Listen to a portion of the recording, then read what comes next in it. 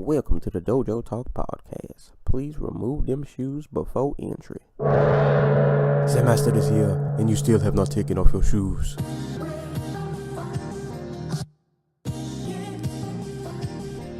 Yeah.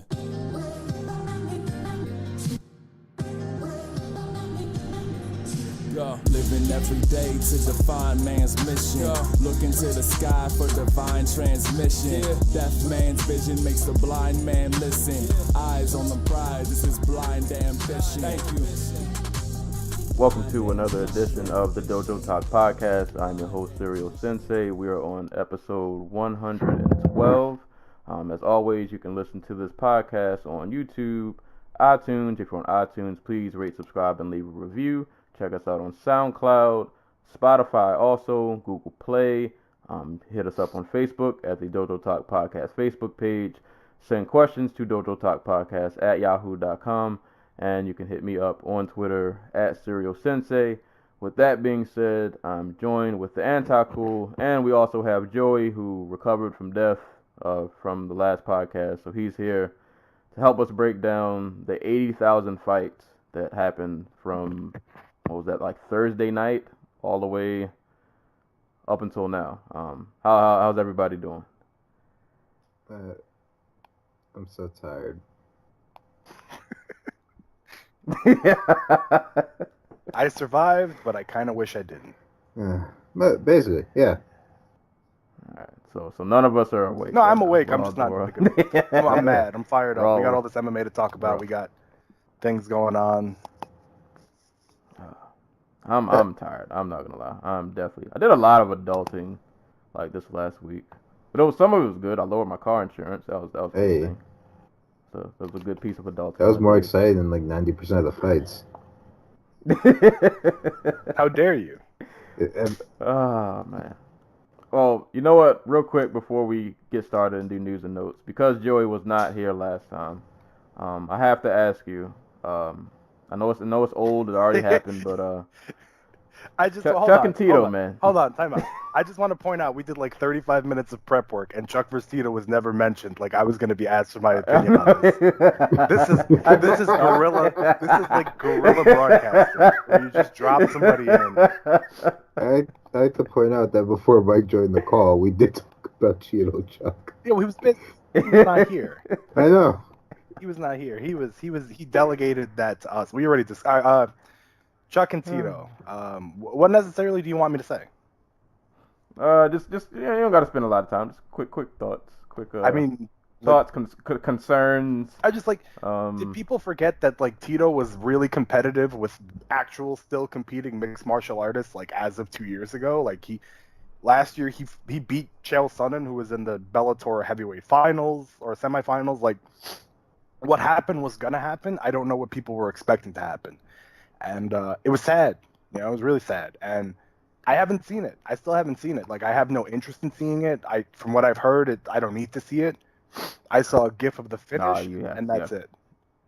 No, you need to watch. You need to suffer like the rest. I mean, like, I was telling Anna-Cole, what I was most hurt by was afterwards. Chuck Liddell was asked like why, and he was just like, he's like something to the equivalent of I'm trying to find my place in life, and like that hurts. Also, did you see the video he put out the other day? Which one now?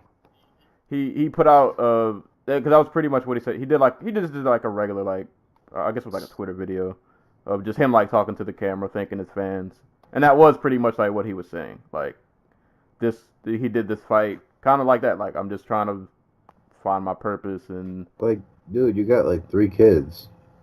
Yeah, like and you're 50. You should have an idea of what your identity is. I guess for him it was like, and I'm paraphrasing because I only watched the video like one time, but he was saying like like martial arts has basically been like his entire life.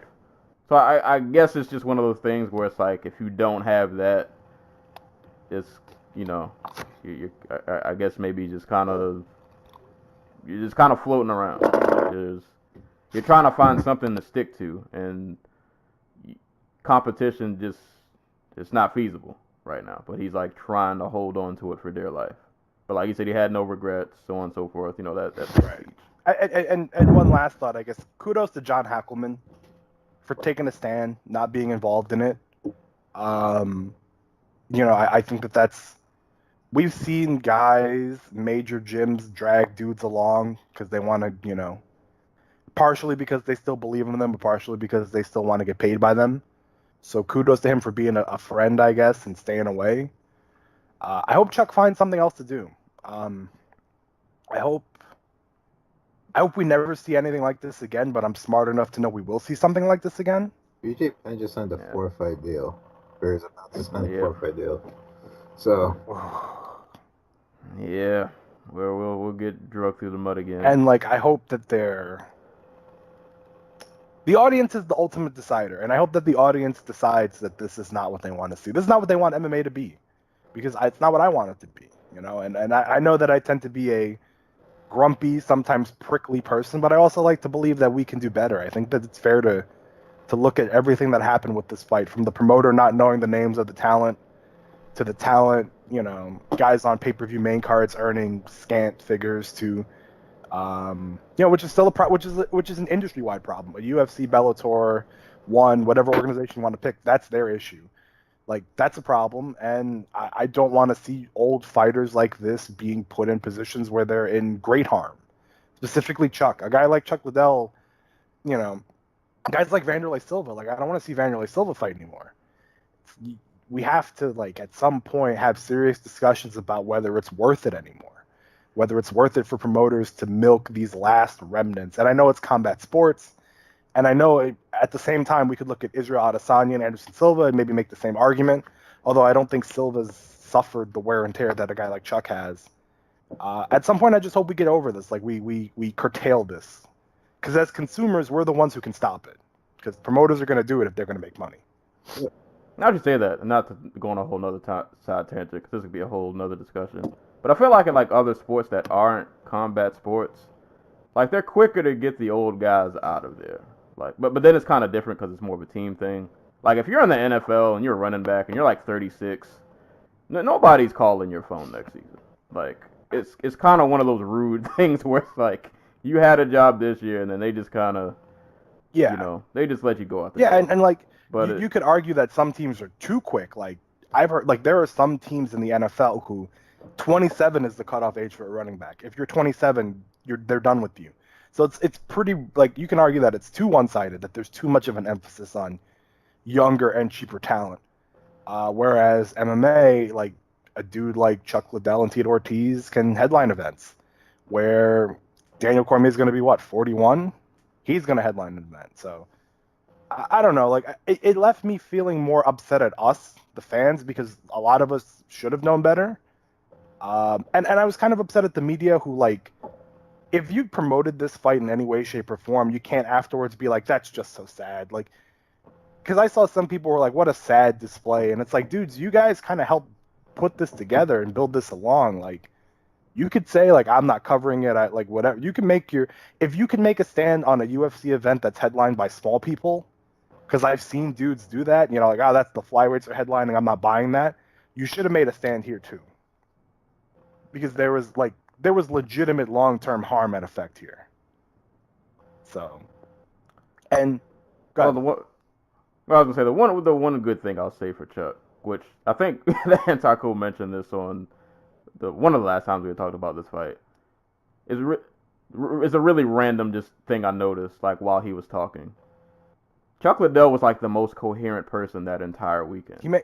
That had to do with that card. He may have been. All right, I can't say about Tito, but if it's Chuck versus Oscar, I'm gonna bet that the more sober one was probably Chuck. So yeah, the video I watched that he put out, he sounded coherent. It didn't sound like he was off his rocker. He was very clear and concise about what he was talking about. I was so he's still, physically, obviously, he's not really, there anymore, but I feel like he's aware. He knows what's going on. No, he's more coherent now than I think he was in his prime. Yeah. He's very aware of what's going on, but I think he's just in that weird. He's in that sad life place that you kind of don't want to see any athlete in. It's to where when they can't compete at the highest level anymore, a lot of them go to, or they can end up in dark places. It's like he's in a midlife crisis. with concussive damage being mixed into the midlife crisis. Because like a dude who has a midlife crisis, from what I understand, I'm not there yet. I'll get there soon. Like they buy cars, or they like, you know, they try to reinvent themselves as younger. And Chuck's midlife crisis is trying to recapture. Maybe he didn't even want to recapture his former glory. I think he was realistic enough to know, like, look, I can't compete with this guy. But like, at the same time, he was like calling out John Jones, and so I don't. He said he wanted to fight Rampage. Immediately after losing the fight, he says, "I can still fight at a high level." Yeah, so now it's like maybe it is a midlife crisis where you just.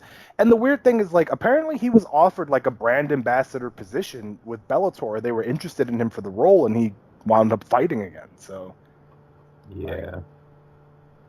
And one thing Dana did say that I do agree with is, who from the athletic commission, like, did they go and watch him spar? Did they watch him spar? Did they know what they were looking at? I'm convinced somebody gave them a duffel bag, and yeah, they said just look. That's where the PFL money went. That's where the PFL $1 million went. Exactly. And that's what it comes down to, isn't it? Like, I'm not sure if it's the same way, like the athletic commission in California is set up the same way it's set up in like Nevada, but maybe the organization in charge of, like, you know, regulatory stuff, like, okay, is this fighter healthy enough to actually compete, shouldn't also be in charge of, you know, drawing in sports revenue for the state. Right.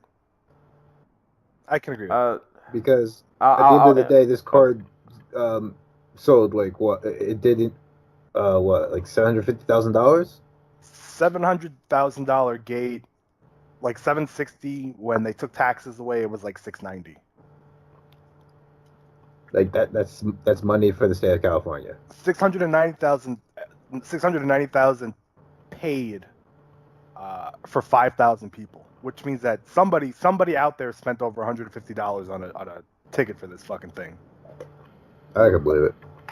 That person's got way too much money. You think it was the guy who was in the crowd with his dog? Because there was just a guy in the crowd with his dog. Oh, that was the thing. I didn't see any of it, so I can't tell. Oh yeah. There was a random guy with a dog. Maybe he had to pay $2. Maybe it was the dude from Alaska Fighting Championship who worked with the local ASPCA and brought the dog into the cage. So maybe he took the trip. I'll end it with this, and I don't know if the UFC does this, so I could just be talking out of my neck. I don't know. But I had heard something about in the NBA, because I want to say Elton Brand has like a front office position in Philly somewhere. I can't remember. I might be thinking of another team. No, he does. But anywho, yeah. So like I'd heard that he got that job because Philly, like that organization, has things in place to where when you retire from playing, like they have, I guess, like programs or just things you can get into to keep you active, like in basketball, but obviously, you know, just not playing. Like, we can teach you how to be a front office person or a coach or, you know, something like that to keep you involved in the sport. I think MMA, combat sports in general, just kind of needs that. Like, there needs to be something or some kind of structure where these guys can go. I don't know if can they do something at the Performance Institute? I don't know. I don't really know what the answer is, but there needs to be like some kind of like funnel system, at least in place, so that when you retire, you can't fight anymore, but you know you want to stay in the sport. I don't know, teach them to judge. I don't know, something like so we don't have this again. You need to keep them away from the gloves. But and this is like a structural problem. The UFC is a really small organization. Like, I can't remember what the actual numbers are, like in terms of like actual employees, not fighters, on payroll, but it's something like 200 something. Yeah, compared to the money they bring in, they're like a mom and pop shop. Yeah. I was like 200 people. That's like 2 departments in the job I work at. Well, I mean, like UFC Fight Pass, when it first started, like you would think it's like a massive organization. I think it was like a passion project of about 20 people. Yep. So like, this is like they make money hand over fist, but like at the end of the day, they are really, really small. And like Dana tried. Like he got Chuck a job, he got Matt Hughes a job, he got Boris Griffin a job, but Nog. But like at the end of the day, and Joe, you mentioned it, like you told me this, like people went to bat for Forrest Griffin, they didn't go back for Chuck Liddell because Chuck Liddell really didn't do anything but, lounge around his office, probably. If he even had an office. Like he just walked around the building? No, like he just worked from home. Worked. Right. Or like he was just like whenever the UFC met with like a partner or something, they just brought Chuck along because that partner probably knew who Chuck Liddell was. Like with the NBA, you got like 30 teams who in theory could do something like this, and then you have the NBA's head offices, and then you have like college teams and high school teams and AAU teams and camps you can run with like Nike and whatever. Like yeah, there's a lot more to.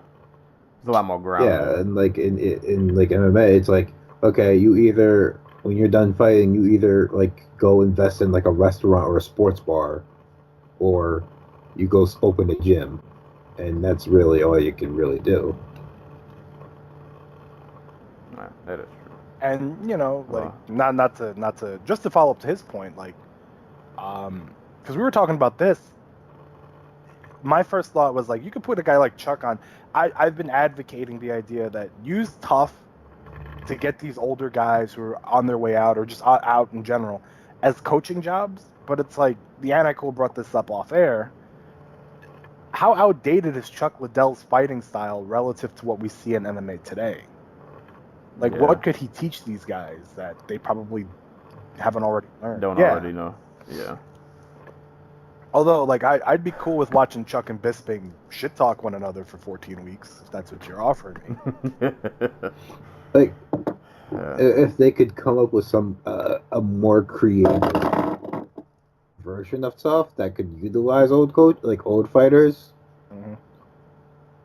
or like, and they've done this to an extent with like the Where Are They Now series on like Fight Pass, where I'm sure like they didn't break open the pocketbook to have I don't even know who the hell's been on the show, to be honest with you, but Tim Sylvia, yeah, like those type of guys. Like I'm sure they didn't, they weren't getting paid any like five or six figures to have a show shot about them, but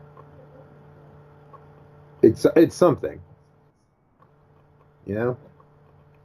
Make Chuck the tough ambassador. He does the Dana job. He shows up. He shows up at the weigh-ins.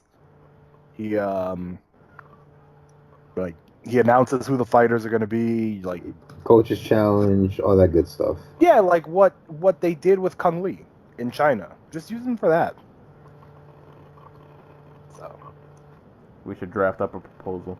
I don't know. And anything but seeing guys like this, like Mark Coleman. Like at one point, Mark Coleman was going to fight again, and it's like. I wanted to keep saying this about Shogun, but this guy's still out here winning. Well, he exists in can't say anything. Go ahead. I'm just saying, like, I was just saying, like, I can't, like, every time I want to say, man, you got to go, man. It's just, you had a good run, it's over, and then he just doesn't die. And it's not that I want bad things for him. It's just like I just thought he wasn't gonna be here this long. It's like he's still. The longer he keeps winning, the worse off he's going to be. I mean, if he fights Tyson Pedro, he'll be 8-0 by virtue of Tyson Pedro. We're gonna when we talk about that, oh boy. All right. Well, we'll leave this conversation. But yeah, there, that just could be to end it, like it was sad. Let's not support this. Let's be better. Don't let people into MMA who don't know what MMA is, who admit that they don't know what MMA is, who just know names. And who delegate all his responsibilities to everybody else.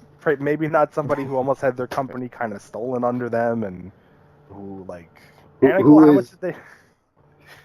much did they draw that one year? Oh, God. The actual company itself made like $8 million. With Canelo. With Canelo. That's their cut after Canelo. We have to Literally. be better. That's Maybe don't invite somebody who is literally only surviving because he has one fighter who makes 108% of their revenue on Ross in a different sport.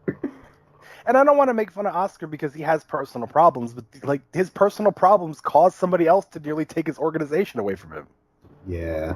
Like Richard Schaefer was signing talents out from under, that was the whole lawsuit. Because Oscar was so out of the loop that Richard Schaefer was running Golden Boy and like kind of sort of helping out like Al Heyman build PBC at the same time with Golden Boy talents. So,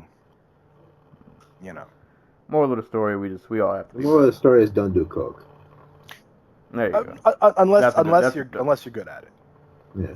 Unless you're functioning, high functioning. Ric Flair. We'll leave that there. Unless you're 1980s Ric Flair having 5-star matches and selling out buildings, don't do coke. Yeah, it's not for you. But before we get the news, I neglected to mention the top cities, so I'll run through this. Oh yeah, real we got to quick. do that, of course. Number 1, San Francisco, California. Hey. Number 2, St. Mary's, Pennsylvania. Number 3, Atlanta, Georgia. Number 4, Torrance, California. And number 5, Gonzales, Louisiana. Hey. I didn't know that was a place, but shout out to you guys. And right under... Thanks for listening. I didn't even know Louisiana. that you existed, apparently. Thanks. I did not Great either. job. Great job. Great job. I didn't know there was a city called Gonzales. Great job, Sensei. I'm going to guess Gonzales, Louisiana is never going to be in the top 5 ever again now. Yeah, probably not. To you guys there who listen, appreciate it. And right under Gonzales, Louisiana, was Bucharest, Romania. That's So, very random place, but however you got here, we appreciate it. So, thank you Big to all the shout listeners, to Twitter people, Tumblr people, everybody. Appreciate you guys. So, now actually officially getting the podcast started after 20 minutes of sad talk about Chuck Liddell. Alright, so I got some notes here. I'll let the listeners know. I scrambled these notes this morning. I didn't really put them in any kind of order, so it's kind of all over the place. But, it's notes nonetheless. So, starting from the top. I guess you could say this was probably the biggest news that happened within like the last couple of days. One Championship just continues to sign everyone under the sun that they can get. We got Sage Northcutt. He's taken his purity and his youthfulness over there. Maybe they'll give him a nice, cool closet to stand in. We can use another one of his pictures for episode.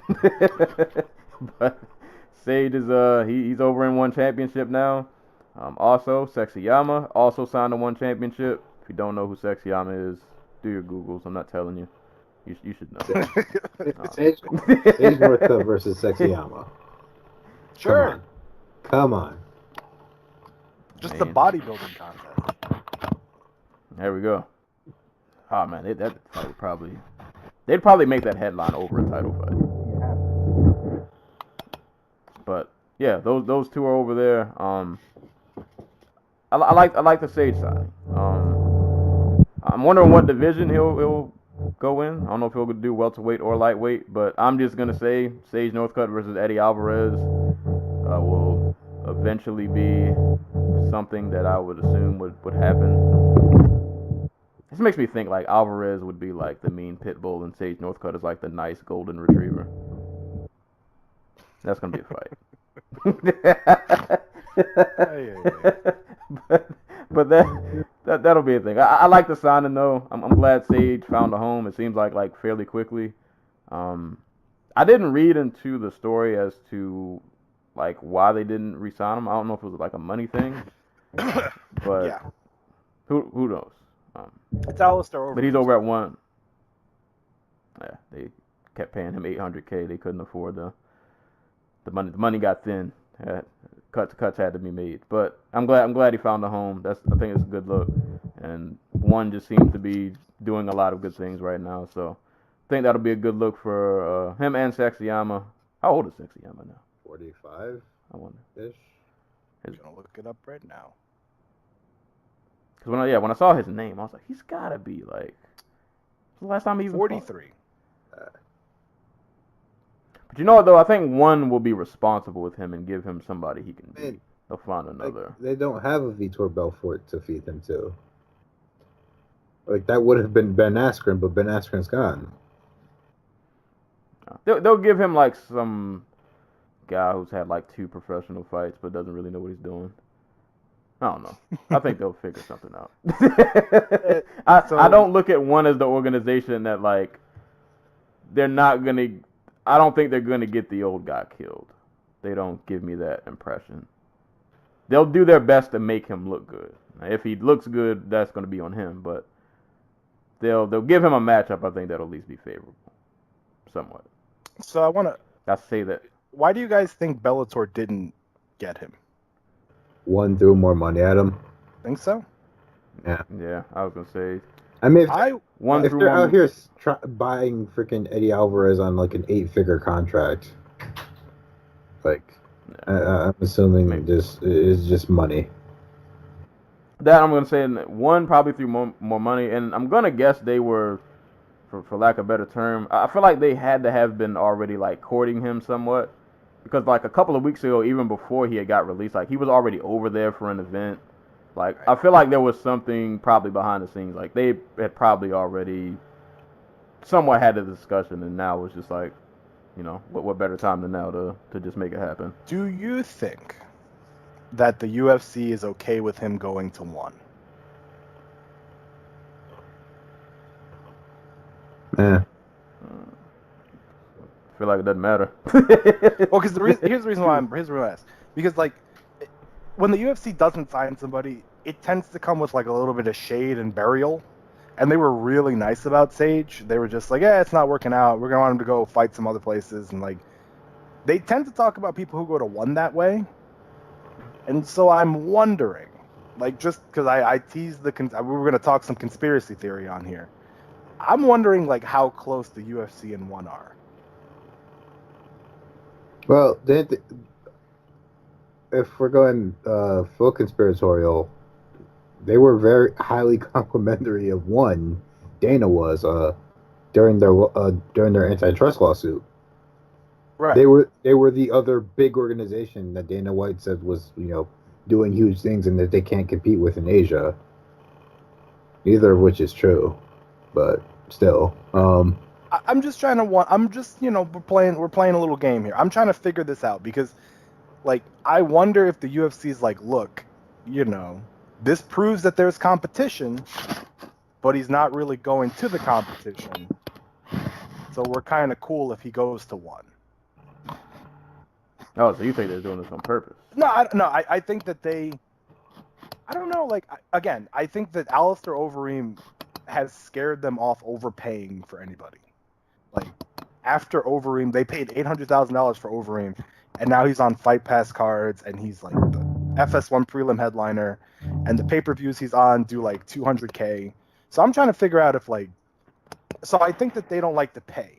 I think that they're very conscious of what they're paying guys now.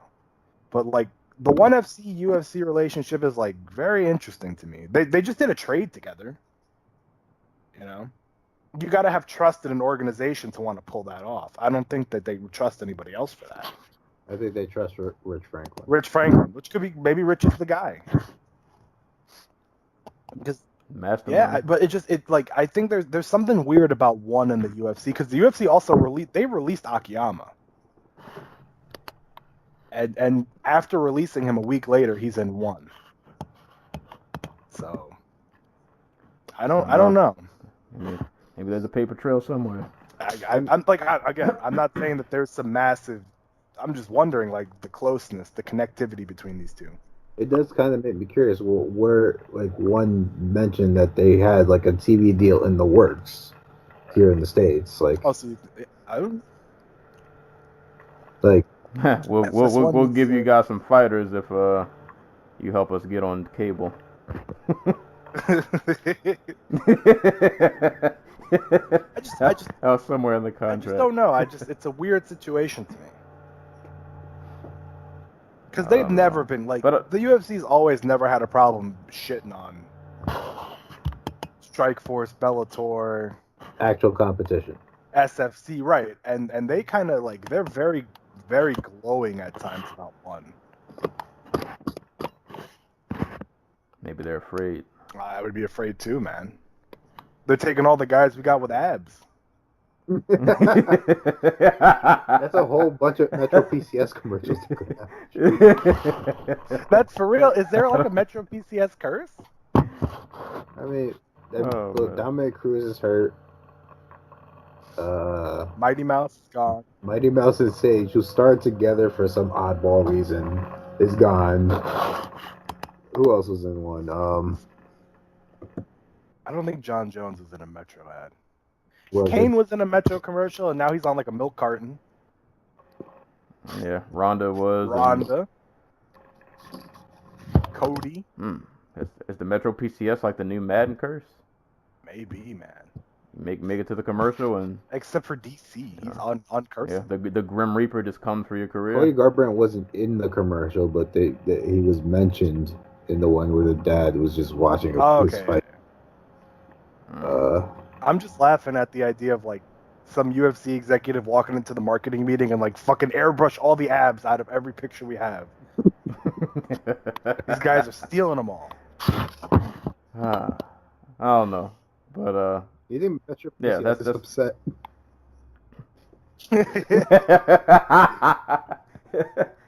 Now we got to go all the way to the Philippines to shoot our commercials.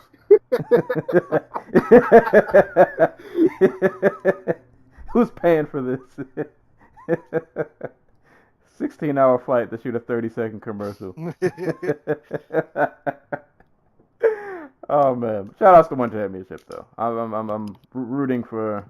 I like what they're doing. I feel like ever since they put out that app, things have just gone well for them. And hey, look, the more money fighters are getting paid, the better.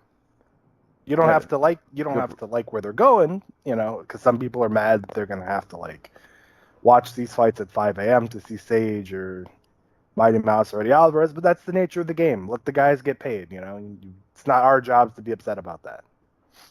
Indeed. I'm just like, I mean, I hope eventually that pay makes its way down to all the other the Southeastern Asian fighters. They fight for the love of the game. They fight for the love of the game, and you know they can't even afford steroids, according to Victor Quay. So it's a very sad situation. Edward Folayang has been in the organization since its inception, and now he has to look across the cage against a guy like Eddie Alvarez, who's getting paid like six figures to be there. Well, if Folayang loves the game as much as ONE FC believes he loves the game, he won't be out here complaining about that.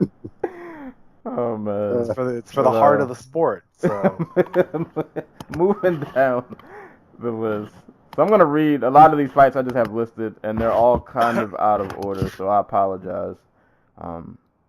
But anywho, Manuel Sanchez, Ashley Grimshaw, is going down in Bellator on March 22nd.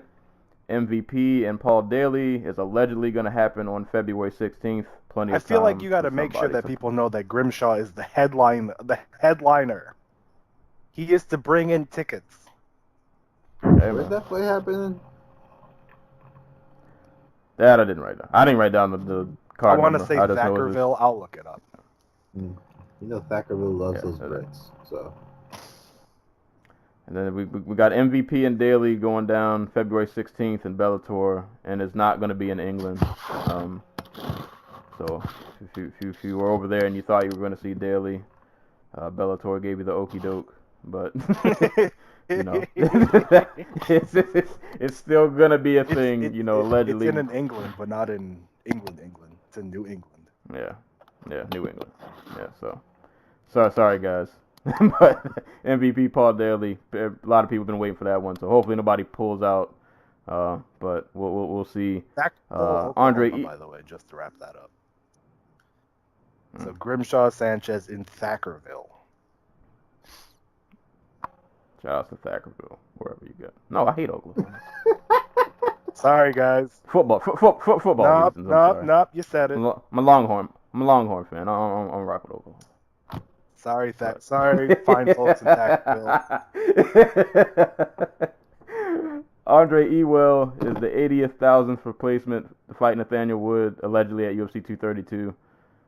Poor Nathaniel Wood. He's had to prepare for like 5 different people. So that's the thing. Weili Zhang got a quick turnaround. They announced this fight like really quick after she had won on the Beijing card. She'll be fighting Tisha Torres at UFC 235. Really looking forward to that one. Marlon Moraes will be fighting Rafael Assunção at UFC Fight Night 144.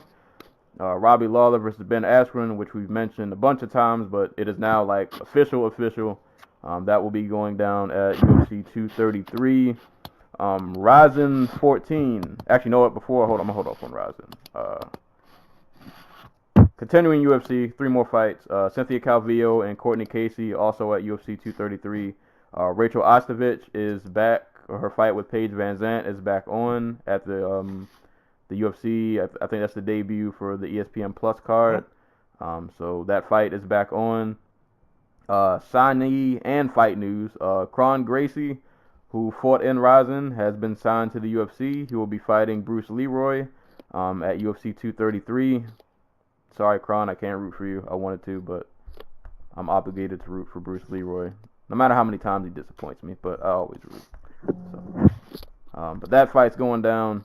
And the last bit of UFC news, not fight related, but per Joe Rogan on his podcast, allegedly the UFC is working on a new design for gloves that will help reduce eye pokes. But he said he's sworn to secrecy, so he can't go into details. But apparently that's the thing. And the gentleman who was accused in the death of Ron Gemma pled guilty, I think, to manslaughter. So that also happened. And Ryzen 14 pretty much has the entire card listed. You can go, I don't even know what site I'm on, but the whole card is listed. You can go look at it. Notable fights, obviously Floyd Mayweather, Tenshin Nasukawa. Another really big fight, Kyoji Horiguchi and Darian Caldwell. That's going to be amazing. Kana Asakura and Ayaka Hamasaki on this card. Reina versus Samantha Jane Francois, and other familiar names from Ryzen. Yusuke Yachi versus Johnny Case. Oka Sasaki, who I guess he fled the UFC flyweight. You know, he didn't want to be here when that ship sank, so he's over in Ryzen now. He's fighting Manel Cape. Emmanuel Newton is on this card, and on this poster, he doesn't really look like he wants to fight, but his fighting pose does not give me the feeling that he really wants to be here. But Emmanuel Newton will be fighting Jiri Prochaska? Proboscis. Something like that. Prochazka. I do have something on him, by the way. Apparently, he was like in negotiations with the UFC to be on this Prague card, and then they just announced him for this fight. So, shrug. Womp. I mean, it's still possible. If this is his last fight with Ryzen or something. Apparently not. Apparently, he said he has a 4-fight deal. Huh. So, it's like when they were gonna sign. What was the name of the dude? Like Materla, was it? Yeah. They were gonna build the Poland card around him, and then at the last minute, he was like, "So I'm actually not leaving." He's like, nah. Thiago Santos? No way. KSW got me a deal with like Mercedes Krakow, so I'm staying. Yeah. What can you offer me in And exchange? Reebok kit? Not interested. Yeah, we're not doing that. So you can spell my name wrong. And the last fight, familiar face on Ryzen, Darren Cruikshank will be fighting Damian Brown. So if you want the whole Ryzen card, because there are other fights on here that I didn't mention. Like Justin Scoggins is on here, so he's he came over also. But the whole Ryzen 14 card is out if you want to do your Googles and look at it. Looks like it's going to be, pretty fun card. That'll be on December 31st. So we will definitely be covering that. And that's pretty much it for news and notes. Real quick, did we get the ESPN 2+2 card? Was the whole thing like? Most of it. barely. Like, the rumored main event is going to be Rafael Sansao Marlon Thiago Alves versus Max Griffin, Magomed Bibulatov versus Rogerio Motarin, Taylor Santos versus Mauro Romero Barella, Damian Maia versus Lyman Good, Junior Albini versus Dmitry Sodnovsky, Alexa Grasso versus Marina Rodriguez, and Brian Barberena versus Vicente Luque. Those welterweight fights are damn good. That Lyman Good fight, the Lyman Good Maya fight is interesting. It's one of the more veteran fights. Hopefully it goes better for Good than it did for him versus Askren. Yeah. It's a very, very veteran fight. I like that fight. I like the term veteran fight, by the way. I'm trying to be respectful. I'm trying not to make fun of him. Damn, Mayaman's been fighting for like 13 years. Yeah, I was saying that, man. It doesn't. Well, okay. I can't say it doesn't feel like it, because like I just remember like watching him in Bellator, and when he got signed to the UFC, I was like, that guy's he's still around here. Oh yeah, he was tearing it up at CFL. See, and like he still looks good. We're talking about Lyman Good. Yeah, he still looks pretty good. I was surprised they brought him in after they buried him on Tough. yeah. Andrew Craig beat him, and he was like, "We don't let no fucking Bellator guys win in this cage." And I was like, "Oh man." And then that guy didn't end up in the UFC. Winning in the cage. This weekend has taught me anything. Oh no, wait! It wasn't Andrew Craig. It was the dude who fought Cathal Pendred. I can't remember his name. Oh god. I know this. It doesn't matter. It matters to me. I understand. I apologize. Really. This weekend's taught me anything. The old guys of this sport. Ian Stevens. I don't know who that is. He was a wrestler. He ended up losing and like getting into the house after he got in the house, and then he disappeared forever. He disappeared forever. I mean, he fought like one more time and then retired. Oh wait, no, he didn't. He just retired. Nice. He was Edgar's first pick, and then I think he lost in like the first or second round. He lost in the first round to Roger Zapata. You know what? I won't make fun of him because maybe he got out. He got out of the sport early. He didn't overstay his welcome. So I'll never. 9 years from now. Never fault somebody. 9 years from now, he's going to headline Golden Boy 23. Oh man, but that's it for news and notes. I wanted to elaborate on some of these, but I can't because we have a lot of fights to cover. I mean, even outside of the UFC and Bellator, they were like KSW had a card. There was a lot going on this weekend. I do think we should, not that I run this place or anything, but I do think we should at least acknowledge that I think Mehmed Khalidov retired. Yeah. So. I forgot the guy he lost to. I didn't even get a chance to watch it, but I heard about it. He lost to like the light heavyweight champ, I think, right? Yeah, Tomas Narkin. Yeah. I don't know. Khalidov is Khalidov the one dude who kind of always stuck to his principles and never made the, despite numerous offers, never made the UFC jump. Well, I think he just felt disrespected because like their first deal was like the UFC offered him like $50,000. Like it was something like ridiculously small compared to what KSW was paying. Because I think even Fedor at one point was like really close to a UFC deal. He's always been like the guy they wanted but couldn't get him. And yeah, I do remember hearing that. I remember hearing like they were really close around the Kendall Grove fight. And then like, because they told Kendall Grove like, we're trying to sign him. If you beat him, it'll be good for your career. Like they would bring him back. So I guess kudos to a long career, Nothing wrong with being that question mark. No, you're a trivia question. Yep. Yeah, that keeps people intrigued. They'll always want to know. Man, I'm looking at his record now, man. He has fought a lot of people. Because if you think about it, KSW was him and Puds for a long time. And I guess you could kind of say, would you say Blachowicz as well? Blachowicz. Like, would Jan have been the third of those like top 3 guys? It's a good question. Like in terms of skill, probably. In terms of making money, putting asses, filling out these 50,000 arena seats. Oh no. Poods is number 1, but like Khalidov was like the solid number 2, important number 2. Yeah. And then like I'm wondering if you could put Blachowicz in the category of being like super reliable, that kind of super reliable number 3.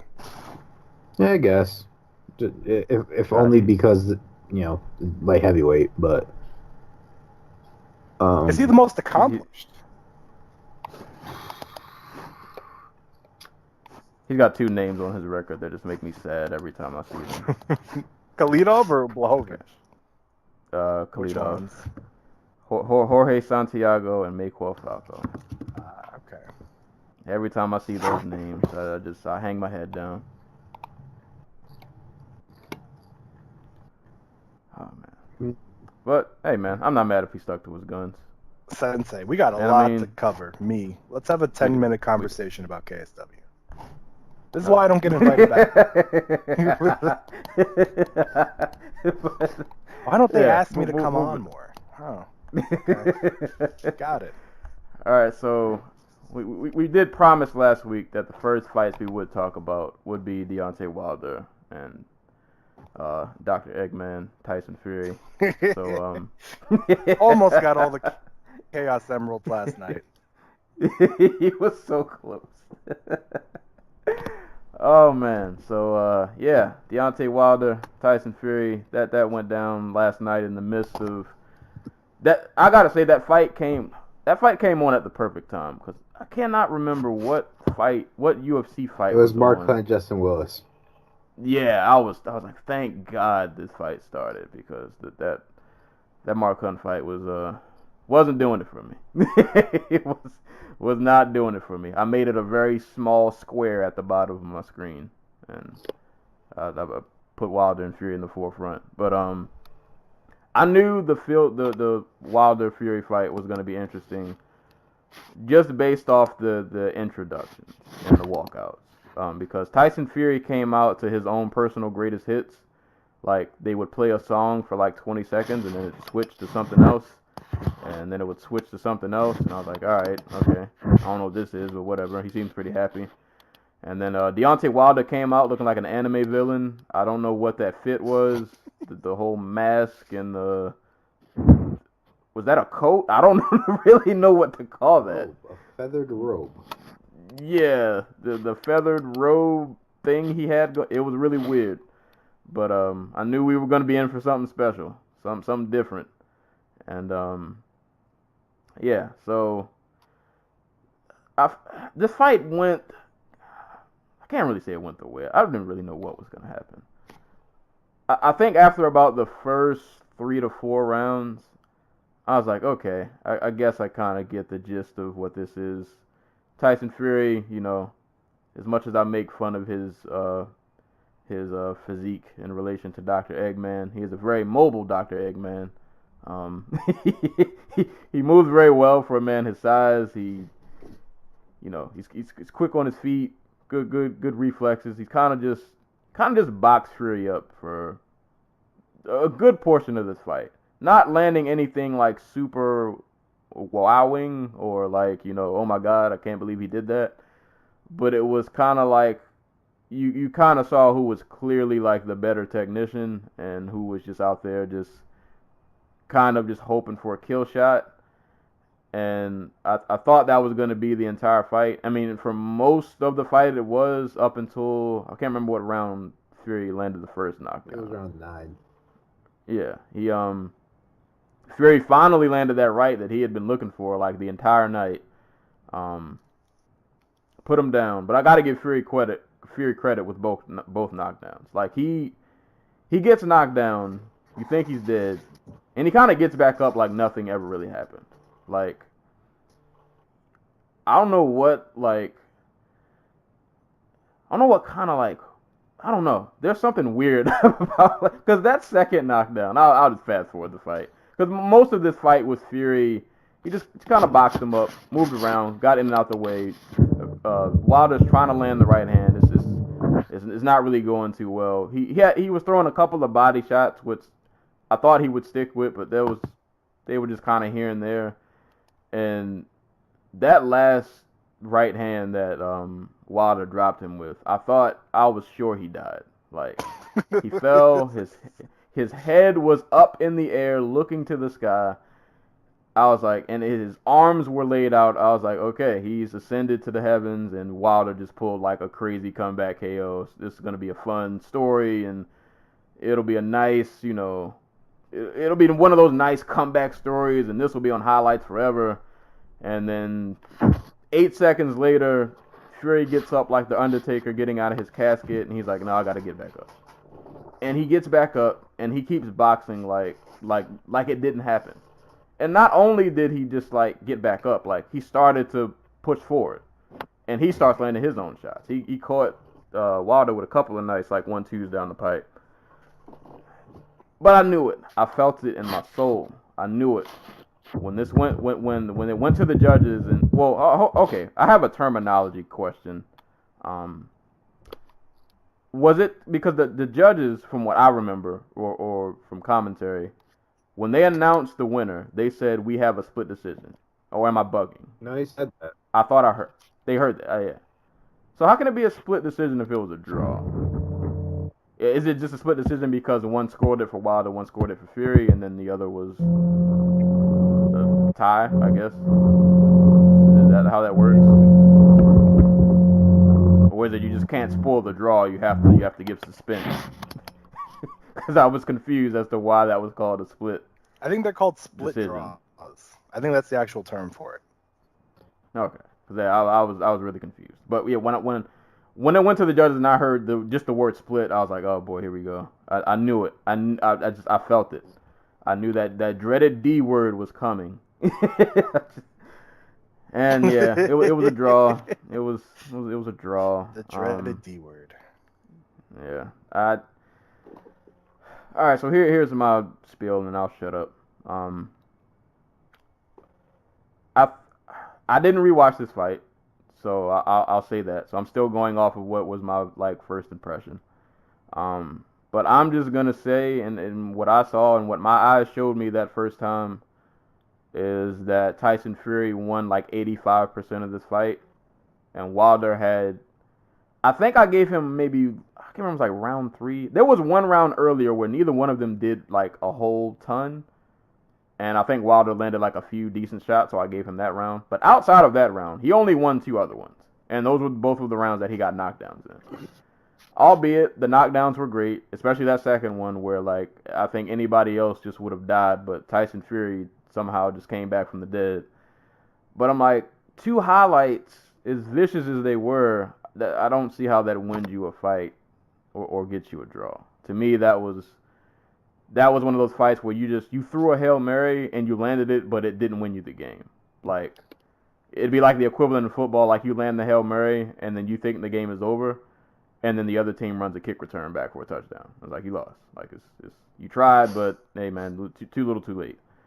But I don't know. So somehow in the boxing world, that was a draw. I thought Wilder clearly lost. Not to take anything away from him, because to even have the energy after that, going that long in a fight, and still having that kind of power in those later rounds, I think speaks a lot. And that he just kind of never, he's definitely a never say die. Dude, he's always, if he can go for the kill shot, he's gonna take it. So props to him, man. Wilder has a lot of heart, and the power just never leaves, no matter what round it is. But I thought Wilder pretty much schooled him from most of this fight.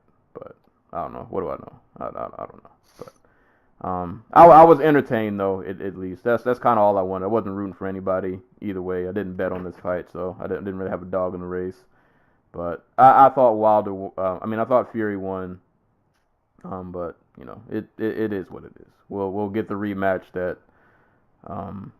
is pretty much inevitable at this point. Yeah. I have Fury winning 9-3 on the scorecards, and obviously you take two extra points away from Tyson. for getting knocked down. That watching him stand up from that knockdown was just surreal. Just like you can see the process of him waking up as he starts to blink and realizes that he's down, and then he's upset with himself for getting knocked down, and then he just stands up. It's like Derek Lewis standing up after somebody took him down. And I've seen some people complain that, it was a long count or whatever, but it's just like, come on. Why would you take that away from him? He got up and then proceeded to beat Wilder for the rest of the round. And wasn't he up at like 7? So it's like... Yeah, he got up around like 8. He started getting up around like 8 or 9. Like, it was really late. Like, it was so late that it was just like that was part of the weirdness. Like, he was down for like a solid like 6-7 seconds, not moving, and all of a sudden he just gets up, like he's getting out of bed or something. I've only seen Fury get knocked down once. And I didn't have commentary on, so I can't tell you if there's been more than one. But it was against Stevie Cunningham. Yeah. And it kind of followed a similar-ish pattern. He wasn't hit anywhere near as hard. But he, like, went down, and you're just like, oh, that's a little sketchy. And then at, like, 7 or 8, he got up, nice and calm, and just went back to fighting. Like, didn't even register with him. Yeah, no, he is a different type of tough. He is genuinely crazy. I think we need to just, like, in a realistic sense. Yeah, that's 100% fair. Tyson Fury is the only type of crazy that can exist with a man named Tyson Fury. Like, this man is a bare knuckle champion. I believe there's I'm not this kind of a gamer, but there's like chaotic good and like chaotic bad, and he's whatever it is, he's chaotic whatever you want him to be. Basically. Yeah. Yeah, and as for the rest of the fight, like, yeah, it was a clinic on making Wilder miss. Because and that's what it basically came down to. Wilder threw that right hand probably upwards of 30 times in this fight from distance, and landed it like twice, and those were the 2 times that Fury went down.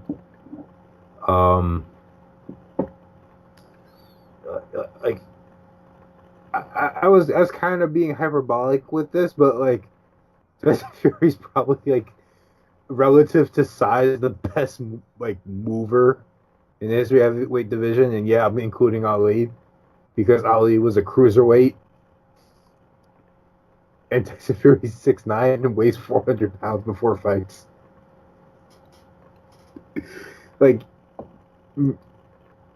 have either one of you guys ever seen like a basketball player just like hitting pads?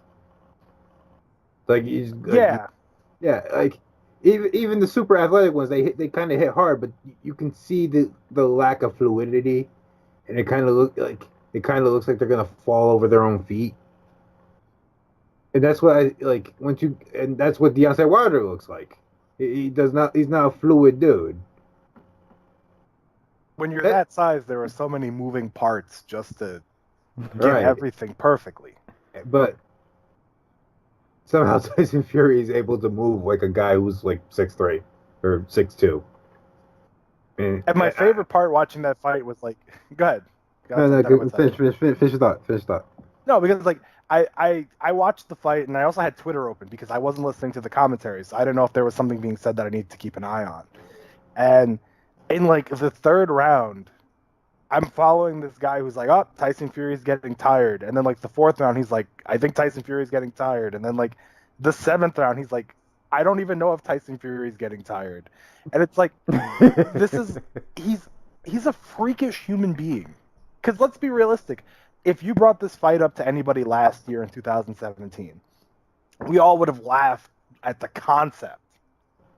And it's like, only like we talk about the ability to like will things into existence, and like only a dude like this could lose like 1,000,000 pounds and then say, I'm not going to fight like a bunch of cans and then just ride out my career as a can. Like, he was like, all right, I'm going to fight Wilder. And it's like, we can't get Joshua to fight Wilder. And this dude fights him, and he moves like a guy who, like, he moves like, I don't even, I can't think of a perfect comparison to him. He's just like this freakish, he's like if you created a character and upped the evasiveness and, like, made him freakishly proportional. Like, Anna said he's one of the, we may need to talk about Tyson Fury as one of the best heavyweights, full stop. Like, not the best, obviously, but he's got Klitschko on his resume. He should, like, he is genuinely the best, the most skilled heavyweight around today. Like, he's better than Joshua. He's better than Wilder. He's better than Povetkin and Ortiz. The only thing stopping him is himself, basically. How old is he? He's 30, I think. So he could conceivably do this still for another 10 years. Yeah. Like, I'm not sure who in 10 years, or even within like 5, who he still has to fight, but he could do this for 10 years or 10 minutes, and that is that is Tyson Fury, basically. Yeah, because I saw a lot of people, of course, like, I feel like big fights like these always bring out, like, people who don't really watch combat sports. They just the heavyweight anything is just the worst hot takes. Yeah. I was telling Anna we need to have, like, a memorandum on these big fight Twitter experts, like the guys who come out for the big fight and have no idea what they're watching. Because I saw a lot of people, I was browsing my Facebook and people were like, oh, this is boring, this is blah, blah, blah. And I was just in awe of just how, like, effortless Tyson is. Just like I said, I make fun of his physique because I think it's hilarious. Because he's like 90% leg. It's so weird. With, like, a beer gut. But, like, right. But it's like, I feel like people would appreciate him if he, like, looked the part. Because he's not, like, he's very tall, but it's not like he's super shredded or, you know, abs aren't popping out. Like, but if you, just the way he moves really just, like, gracefully. It's effortless. This is the same man who punched himself in the face once. In the face. See, he's corrected those mistakes. Like, and I'm just like, he is so effortless. And, like, like I said, I've mentioned this before. Like, when I watch fights, like, I like to watch like body language and, like, people's, like, facial expressions. He never looks worried. Like, Wilder's trying to throw this bomb repeatedly, and he's just kind of like, oh, I'm getting out of the way. Like, nothing to see here. I'm good. Like, you're not gonna hit me. And then even after he does get hit, like, I think he literally just laid there to just sit and reflect, like, oh, he got me this one time. like, he took a second to process, like, oh, he got me. Okay, all right, whatever. Gets back up. All right, back to work. Like, he never looks flustered or like that right hand. Neither of those knockdowns got to him. And the funniest part of this fight, and I'm mad I didn't see it in real time. I didn't see it until I watched the replay afterwards. But if you watch the replay, when Wilder knocked him down the second time, like, Wilder goes back to his corner and he's doing, like, this little shoulder shuffle, and then he turns around and he sees Fury get back up, and he's like, oh man. Like, yeah, he gets, like, a little smirk. He's got, like, a little smirk. Yeah, like, he gives, like, this little laugh, like, oh god, this guy here, this guy's back. He had his hands behind his back against Deontay Wilder at one point. Like, this man he does not have our DNA. Like, he is from another planet. Yeah, he's like, there's just some people who are just straight up built different, and they're built to do this, and Tyson Fury is one of them. Yeah. Genuine insane. Yeah. He is a crazy person. Yeah, he was meant to fight. This is what he was put on this earth to do. And that whole, I mean, I've watched a bunch of Wilder, well, not a bunch, but I've seen a handful of Wilder fights, so I kind of figured how it was going to go on his end. But I guess I was just hoping for him that after, like, the first 5 rounds, it's like, dude, can you pump a jab? Can you put together some combinations that isn't a 1-2? Like, no, can you just... No. Is there any... Like, I saw this a bunch on Twitter and even on Tumblr with like some of the like more popular boxing fans who were just talking like I guess like they had like people come on their page and talking about like why did Deontay Wilder look so underprepared? Why did Deontay Wilder like did he underestimate Tyson Fury? Like why did his team not give him better advice? I'm just like these people don't know where they were being sold. Yeah, this is what he does. Like, and all respect to the world, Deontay Wilder, because he went in there, he fought his ass off. He's a very limited fighter with a couple of genuinely like 1%, like 0.1% gifts. Like he might actually be one of the hardest punchers in the history of boxing. Which if you, especially a heavyweight, that's a big freaking deal. Mm-hmm. But he is a 1-2 boxer, and not even a good one in terms of just like technique. Because there's a man who will windmill punches, not like overhands, like straight up windmill punches. He does like the MMA, like the guy who transitioned from wrestling to MMA and he's learning striking for the first time. Yeah, the overhand. Yeah. There were a few punches where Fury and Wilder were not even in the same zip code, and he was going for it. And it's frustrating, but I'm also amazed at the same time because I'm like, he's managed to. I think it speaks something in both ways. Like, and on one side, he's gone undefeated fighting like this, but it's been working. Like he's so powerful that he's been able to get away with it. But then on the other side, I'm like, dude, if you could develop just, whatever. If you don't want to have great footwork and all that, whatever, that's cool. If you could just string together some combinations that isn't a 1-2, if you could pump a jab out a couple times, then throw the right hand, or mix an uppercut in there, or some hooks, right hand to the body, something. Right. His if body you could put together I thought was pretty good last night too. Like it was, but he didn't. Like he's like halfway through the fight, he started putting a jab in Fury's chest. It's like if you could develop some kind of fluid offense, like if he could, because I was like, if he would have had more of a fluid offense, I think you could have won, like because his power is just it's that strong that if he could string it together more, I think he could have got him out of there. But it's just like Tyson's looking at you and he knows everything you're gonna do. He just needs to get out the way, and he just happened to get caught those 2 times. But all of the other times, he was easily able to get out the way. But yeah, that was I mean, if there's a fight that signifies technique versus power, this is it. Like this is what those fights can look like. I'm watching a clip of Tyson Fury just ducking, weaving a 7-punch combination from Wilder, in which Wilder does not come close to hitting him even once. Like, yeah, it is. I gotta give Tyson a lot of props, man. Dude is, for a man that size, he moves. It's crazy. It's you can tell that, because I'm not like I didn't know a ton about him. Like I've always known his name, but I didn't like watch a ton of his fights, and I didn't even know like a ton about his backstory about like he was like a drug addict or something. Like he had to go through like a lot just to get back to this fight. Like you have to be really skilled to have that kind of, I don't know how long his layoff was, but basically like the man had to go get his life back together. And I watched like his last 2, because he had like 2 comeback fights before this fight. The one where he just stopped fighting and started watching the fight in the crowd. Yeah. Yeah, I watched that one and I watched the other one, and it's just like you went through all this drug addict, so on and so forth. You had to drop all this weight, and it just looks like he didn't really miss a step.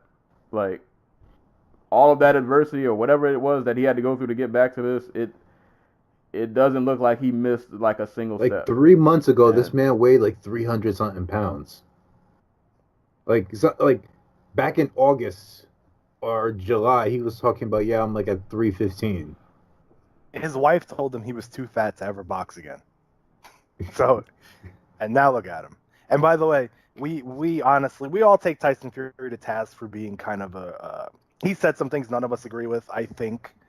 Oh yeah, like he is he says some straight up just like awful garbage. Yeah, garbage. Yeah. So kudos to him for apparently donating his entire purse to like some sort of Irish charity that's going to build homes.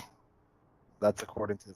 Yeah, well, it was like to help the homeless. So kudos like to him for that if he did that, and like I guess like it's hard to back him because there's still so much going on with him, like and he's still one of these guys who's a little combustible. But I guess if you're looking for somebody who can change, so far Tyson Fury since he's come back has been a different guy.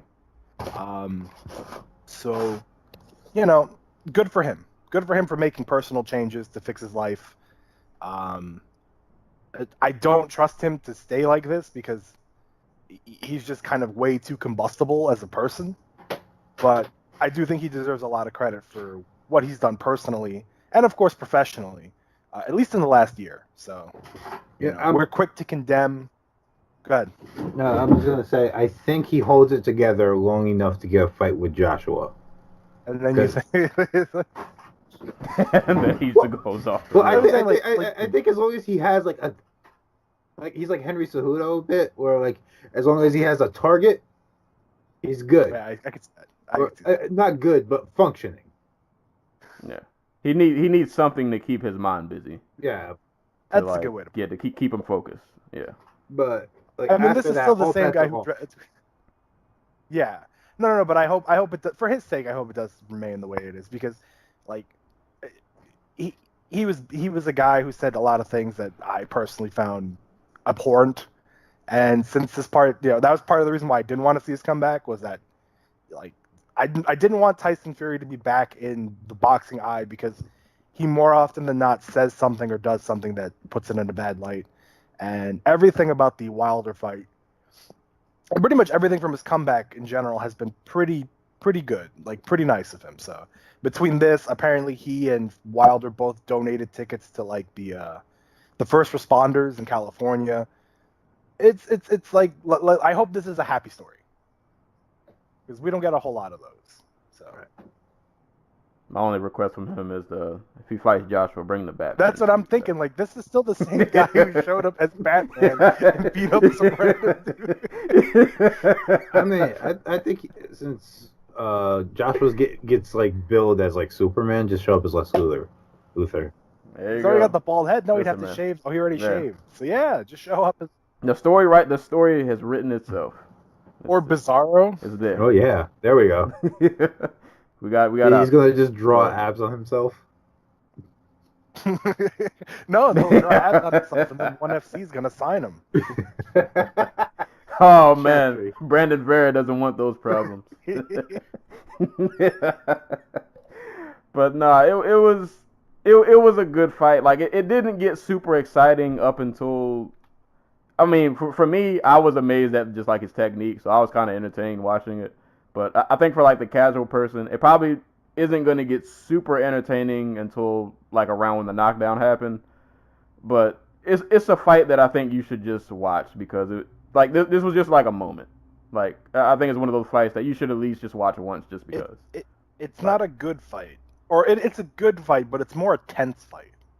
Right. And like there's drama and tension in it, and I think that's sometimes that's more important than two dudes just swanging them things. Cause you spent the whole fight waiting like, all right, he's winning, but when is he gonna get caught? This isn't the Klitschko fight.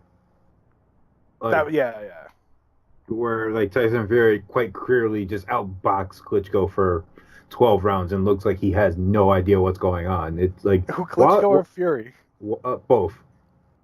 Oh no, because I was gonna say Fury at one point just looks like this is it, huh? Yeah, right. Like, but like the things that made Klitschko a good like fighter who reigned over his division for like a decade also probably contributed to him losing that fight the way he did. Deontay Wilder is a crazy man who will try to win the fight up until the last second of the fight. Like he fights he fights every fight the same way, in terms of just like, okay, I have to invest everything in my power. So every fight is like a coin flip for Wilder, basically. It's like that fighting game where one character's got all the 7s, but the other character's got like the 2 9s and a bunch of 5s, and you're just like, if he can just get the 9, like, because all Wilder like watching that fight, I just got those Sergio Martinez, Julio Cesar Chavez Jr. vibes, where it's like everything that Tyson Fury's doing right now is sustainable, but can be ended with like one move, because it was basically cat and mouse with the heaviest-handed guy potentially ever. So it's like, okay, you can outbox him, but I don't think Wilder's that tired. And at some point, I think Wilder's going to find you. He found him in the second round, and Fury was cool, but it's like, all right, well, you're not tired yet. Or you're just, attrition hasn't worn in. So watching him move around, like in the 9th round, I didn't see the 9th round knockdown because I was watching, I think that was during Pedro Shogun. But I did see the 12th round one. And I was like, that's the Julio Cesar Chavez Jr., Sergio Martinez thing, where it's like everything has to be perfect, because if you're off by one, the other guy's going to get you, which is how Sergio Martinez got tagged. The difference is that Martinez still got the decision, whereas Fury, And I think it was like competitive enough fights where I don't think it was a robbery. And so, I wasn't cool with the robbery calls, but I also don't think Wilder won technically, but I wasn't scoring it. My thing is, somebody found 7 rounds to give to Wilder. Yeah, that's crazy. Somebody found 2 rounds to give to RDA. So, really? Yeah. One of them was 48-47. So, by the way, since I don't know if we've ever discussed this, do you guys have any weird superstitions for when the results are about to be announced?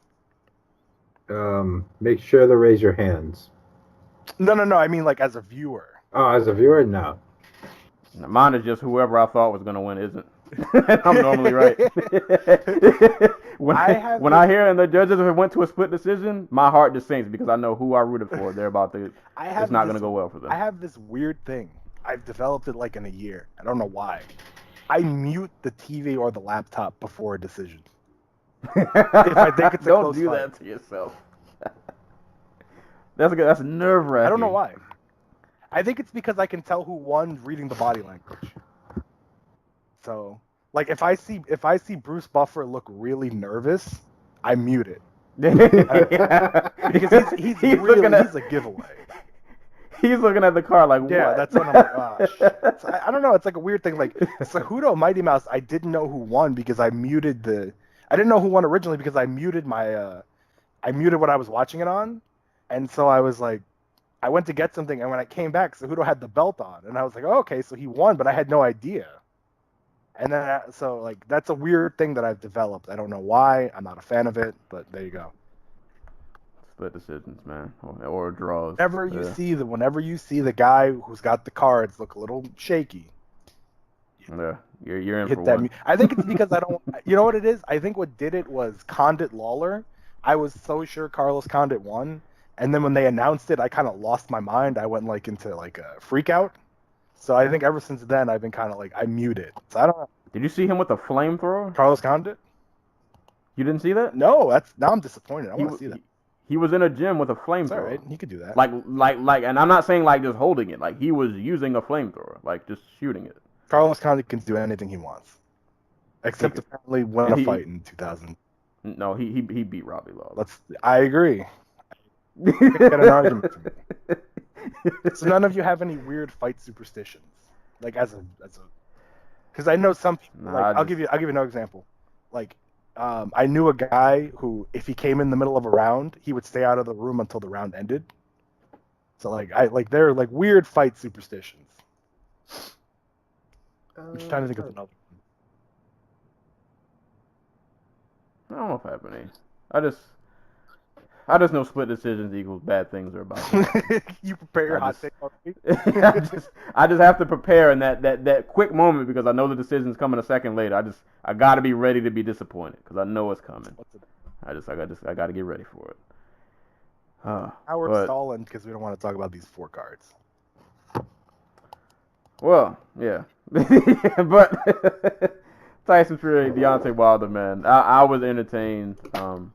Didn't like the result of the fight, but you know, the rematch is pretty much inevitable. We just need a date. But nah, man, you guys definitely go check that out. Entertaining fight. It was every bit as interesting as I thought it would be.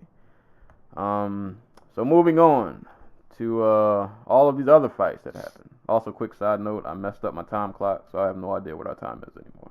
But 7:30, and that'll do it for this episode of the Dojo Talk podcast. Right. I go to record the audio. We recorded for 8 hours.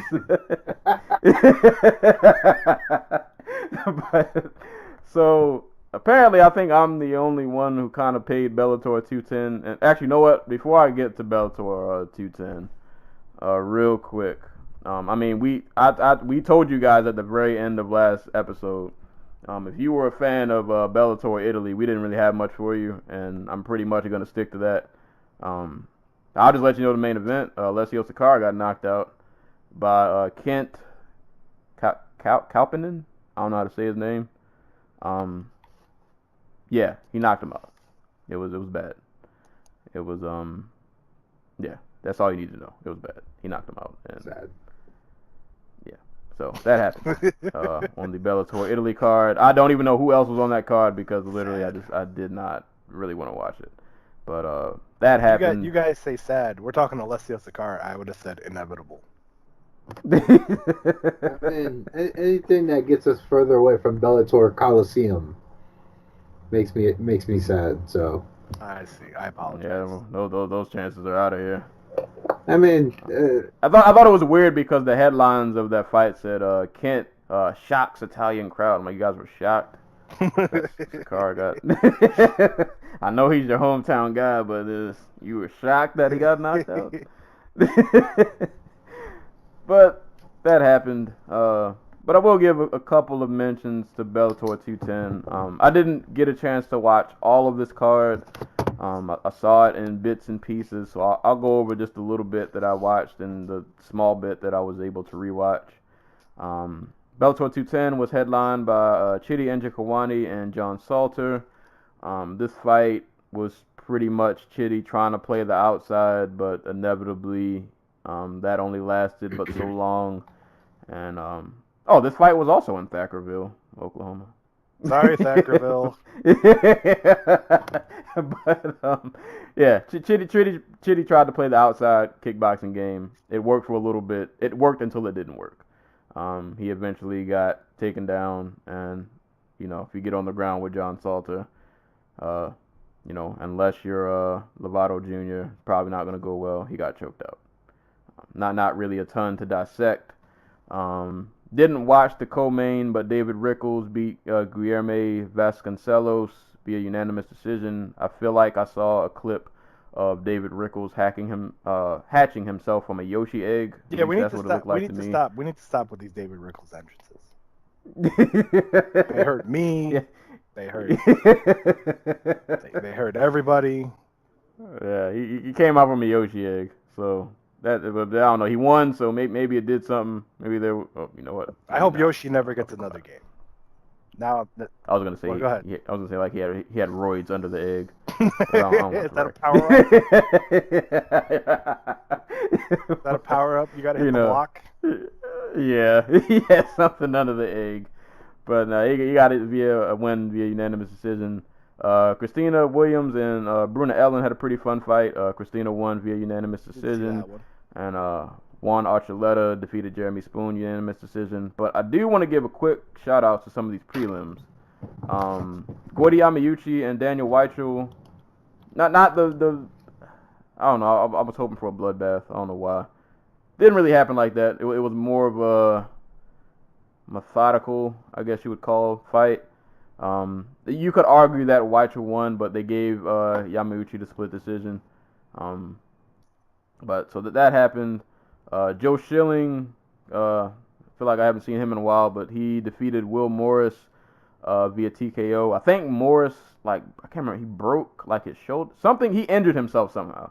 But Joe Schilling was winning the fight. Morris was bloody, he was getting kneed, he was getting beat up. Joe Schilling kind of put it on him. and then he injured himself and he couldn't continue. Can we talk about how Joe that Schilling won. Go ahead. Oh no, go ahead. No, 'cause, like, wasn't that guy like a lightweight? I have no idea. Like the dude was now like that you say it though, he did look really small. like he was a blown up lightweight they dug out of like somewhere. Could have been from Thackerville. he looked like a Thacker. Well, you know, I don't know what Thackerville looks like. That's what I was about to say. What is that supposed to mean? I don't know. But I hope he's okay though, because he was really mad at his corner. But and actually, you know what? I'm glad we brought this fight up. Props to his cornerman for realizing like you're injured, and it's not like one of those injuries that you can be tough and fight through. Because he was arguing with his cornerman, and they were like, "No, I can't send you out here again. We need that more. Like we need more cornermen like that. Let them live to fight another day." Thackerville looks really depressing. Just throwing it out there. I mean, judging. What Thackerville's what? It looks really depressing. That's rude. I mean, I'm just saying what I see, bro. It's a Windstar Casino Hotel and a bunch of buildings in the middle of nowhere. Yeah, I was gonna say I imagine like mass stretches of nothingness, and then there's like a shopping center. It's mass stretches of nothingness and then hotels. So you can drive to other mass stretching. Yes. We need They give somebody you, like, from checkpoints. Thackerville. We need someone from Thackerville to get on here and defend their turf. But the last fight I'll mention before we leave the Bellator 210, Sean Bunch got the biggest win of his career over Joe Warren. He put it on Joe. He caught Joe with like 80 right hands, and I don't see how Warren didn't see them coming because he kept throwing the same right hand, but it kept landing. So, you know, it's kind of like when you play a video game when you were younger and you just spam like the sweep button.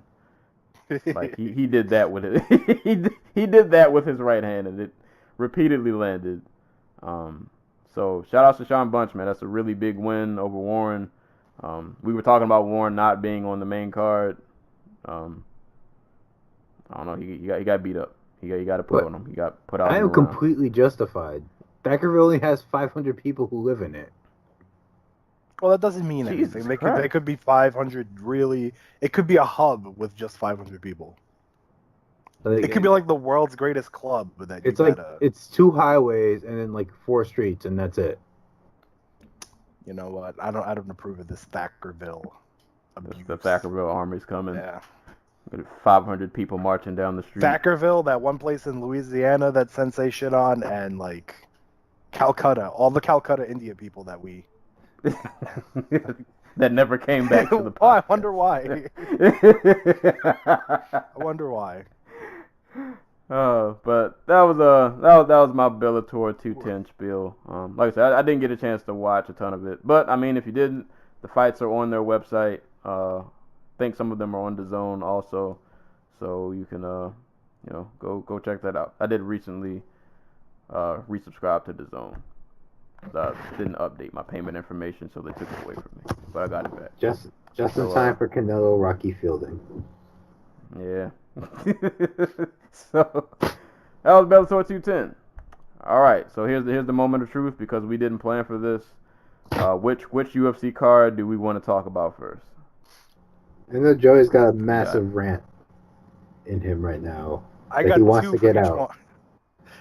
About what? Which one necessarily? Which one is sooner in the card if we're going top down? About which rant? Because I could rant about everything about this weekend. This was a ranty weekend. Mm. We could talk about the finale. I actually have nice things to say about the finale. Some nice things. Let's hop into that. But I've got a hell of I've got a scorcher about this main event. All right. We'll just start there then.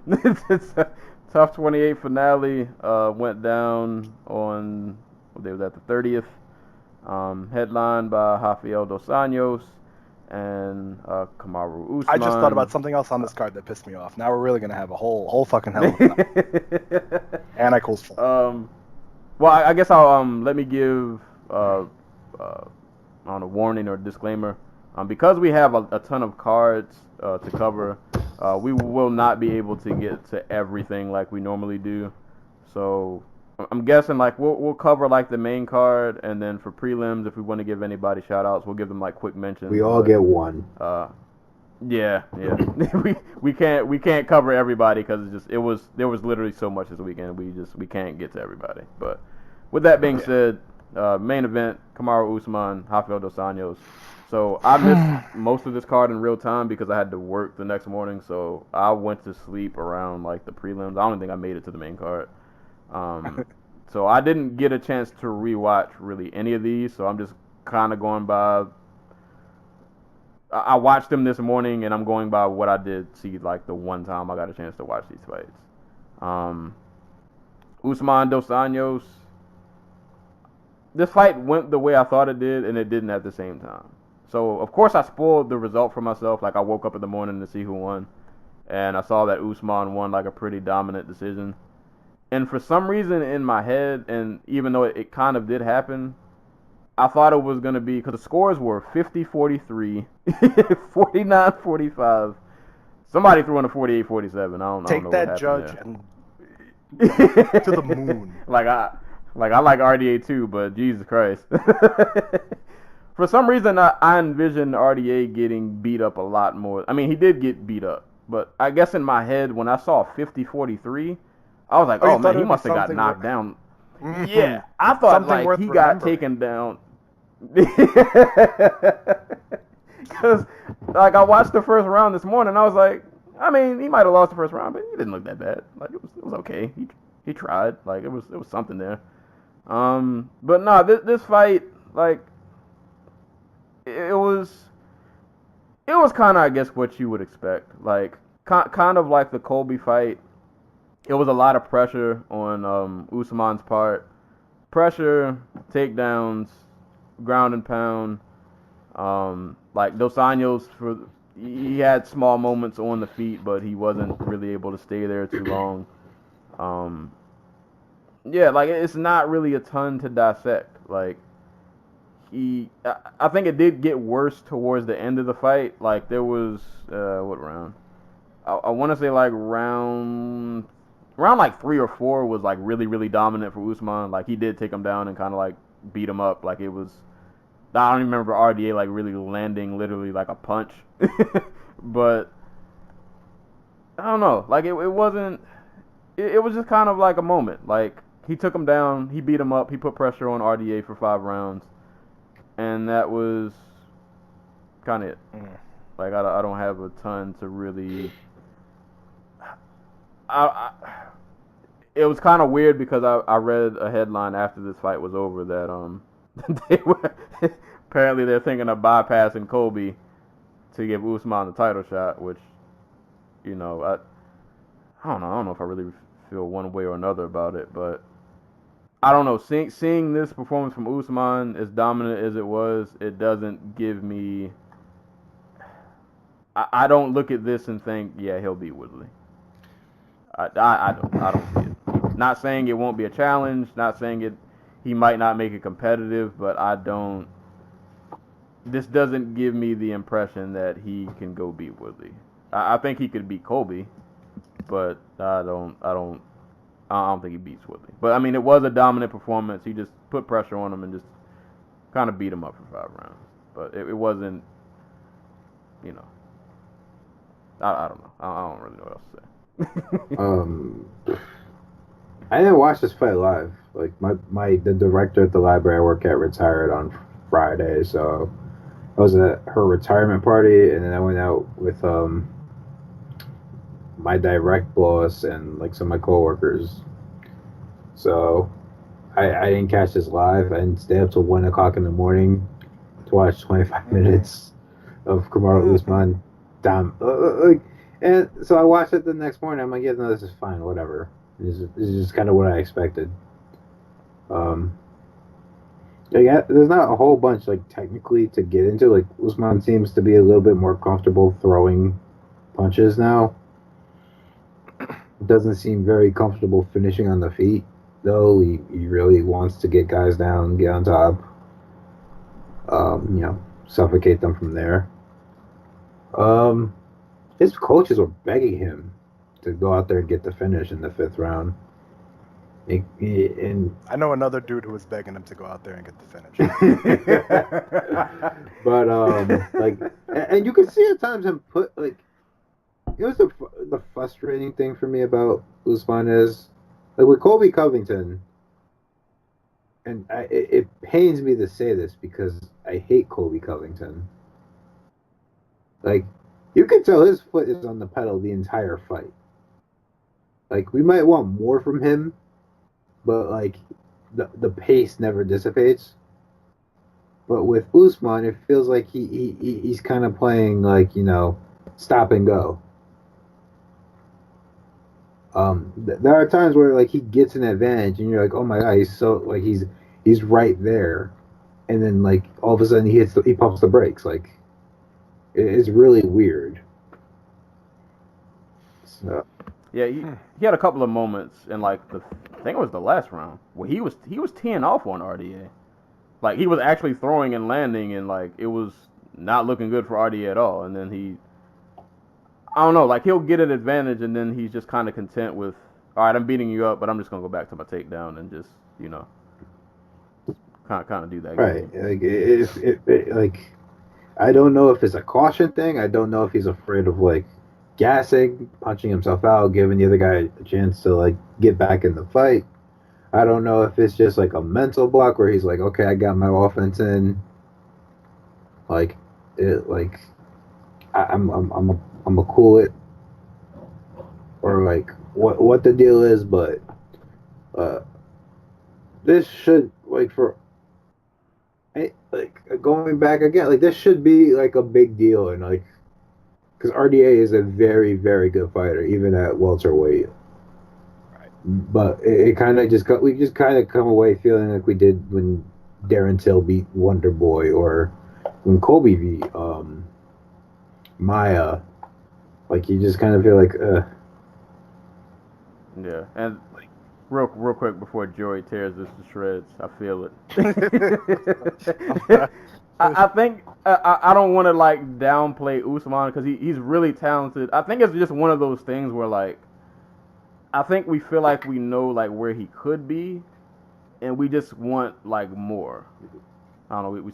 We're like spoiled kids, but like we know like I don't want to say we know his ceiling, but we feels like there's like another level that he could get to, and it's just like we want to see him take that leap.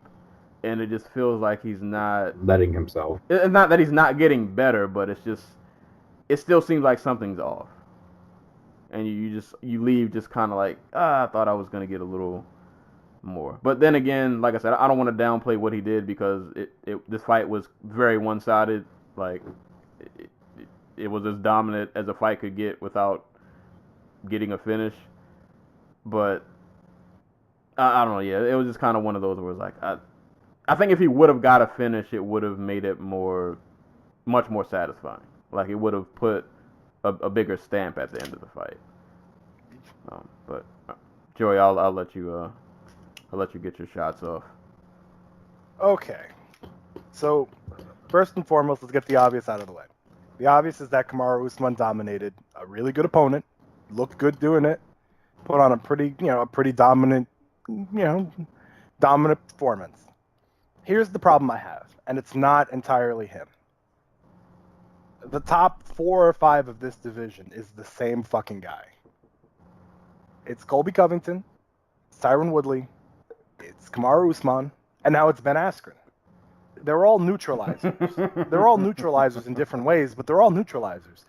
Covington is going to pressure you. He's going to point fight you into a good distance against the cage, and there's going to be a clinch. Woodley, he's going to fight with his back to the cage. When you come inside, he's going to clinch, stop your takedowns, or whatever the case may be. Occasionally, he'll fire off probably the best. He has basically the best single punch in MMA, next to Connor's left. So occasionally he'll do that.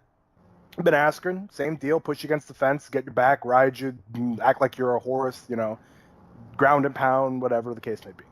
And Usman is like a Covington, except instead of being a pitter-patter, Kamaru Usman can throw heat. He's got good boxing. I'm a fan of his. I thought the uppercut he added to his game was really good because he gave RDA tons of problems with that uppercut.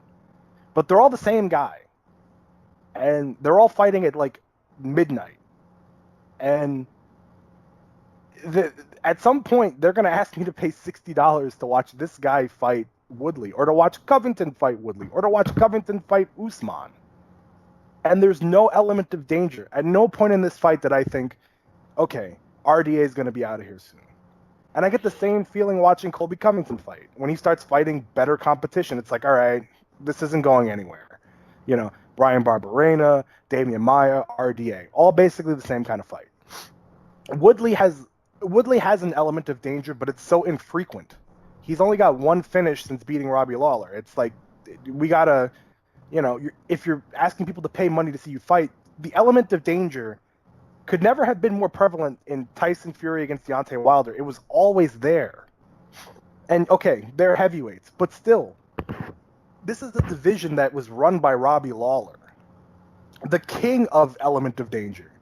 And I feel like every time I'm here talking about a welterweight fight, it's like, yeah, it went to a decision, and decisions aren't bad. A decision doesn't mean a bad fight the same way that a finish doesn't mean a good fight. But you're watching these fights, and there's never a moment where you're like, I can't wait till we watch that again, or I can't wait to see that guy fight again. So at this point, this division is the same guy fighting each other to no end. What would Woodley versus Covington probably look like? It's probably going to be a fight in the clinch against the cage, right? Unless Woodley gets Covington out like that. They're going to fight again. They're going to fight in the clinch. Same thing goes for Usman Covington. It's like, they're all the same fight, and I don't want to be up until 1 a.m. watching this. I can be a critic, which I often try to be, a fair critic, and point out how much I enjoyed the performance from Usman, and I can be a consumer and point out that I don't want to see this. I especially don't want to see it at 1 a.m. So at the same time this is happening, I told the Anti-Cold this story. I have to tell it now. The Sports Sound Off is two dudes. It's me and Alex. Alex does the soccer. He does occasional baseball. He got me into it because he loved MMA, and we were kind of going to do it together. And then I kind of took over it the same way that I morph over everything. So he got me into this sport. No, he did get me into the sport, and he got me into writing about it. And I cover these cards for him because he asked me to. And because we're best friends, I'd do anything for him. I've never disliked him more than I did during that main event. Because on ESPN, there was the Nuggets and the Blazers having like a down-to-the-wire 113 shootout with like a minute left. And I'm like, I could watch the end of this game, or I could watch the next 3 rounds of Usman RDA. And I chose the latter because I made a commitment to my friend. And now our friendship is irreparably damaged. And it will never be the same. I will look at him sideways. And like, should there ever come a moment where we have like that last final text between one another, like the meteor is coming, I'm just gonna be like, do you fucking remember that fight? Because you didn't cover it, I did. And then like, boom. So I have nothing against Kamaru Usman. I really I've been saying Usman beats Woodley since like 2016. I believe it. I believe he's the best welterweight. God damn, someone give me a finish. Somebody give me something exciting. I'm a consumer too. I'm a fan, I'm a critic, but I'm also a guy you're asking to pay $4.99 a month or $60 a month. Give me something, especially on these marathon finale cards that last 13 years. Moses got through the desert in less time than some of these shows. That's all I got on this one. Now, there are other things I can yell about this card, but we'll just get that one out of the way. So there you go. You know what? I think that's a good spot to leave it at. I don't really have anything else. Now. I'm sweating. I'm physically ill. I'm actually going to text him right now and tell him. Question. What's up? Remember that year the UFC came on at 9 o'clock? Yeah, 2011. I don't know. I was about to say, I feel so far removed from that I died. My question is, did the ratings and the buy rate go down or something? They blamed the buy rate going down on 2011 on it dropping an hour. I don't. And you know what? Since I yelled at Alex, I got to yell at Stokes. Stokes lives in California, and that's partially his area that has this extra hour that we got to stay up for. So Stokes, you're in the bad books as well. Wait, so they blame 2011. Yeah. The year I'm like, hold up, if I'm remembering this right, It was either 11 or 12. All right, yeah. The year that Brock Lesnar only fought once, and when he did fought, they stuck his card on a Friday. On a Friday, yeah. And they blamed that for the pay-per-view going Yep. down.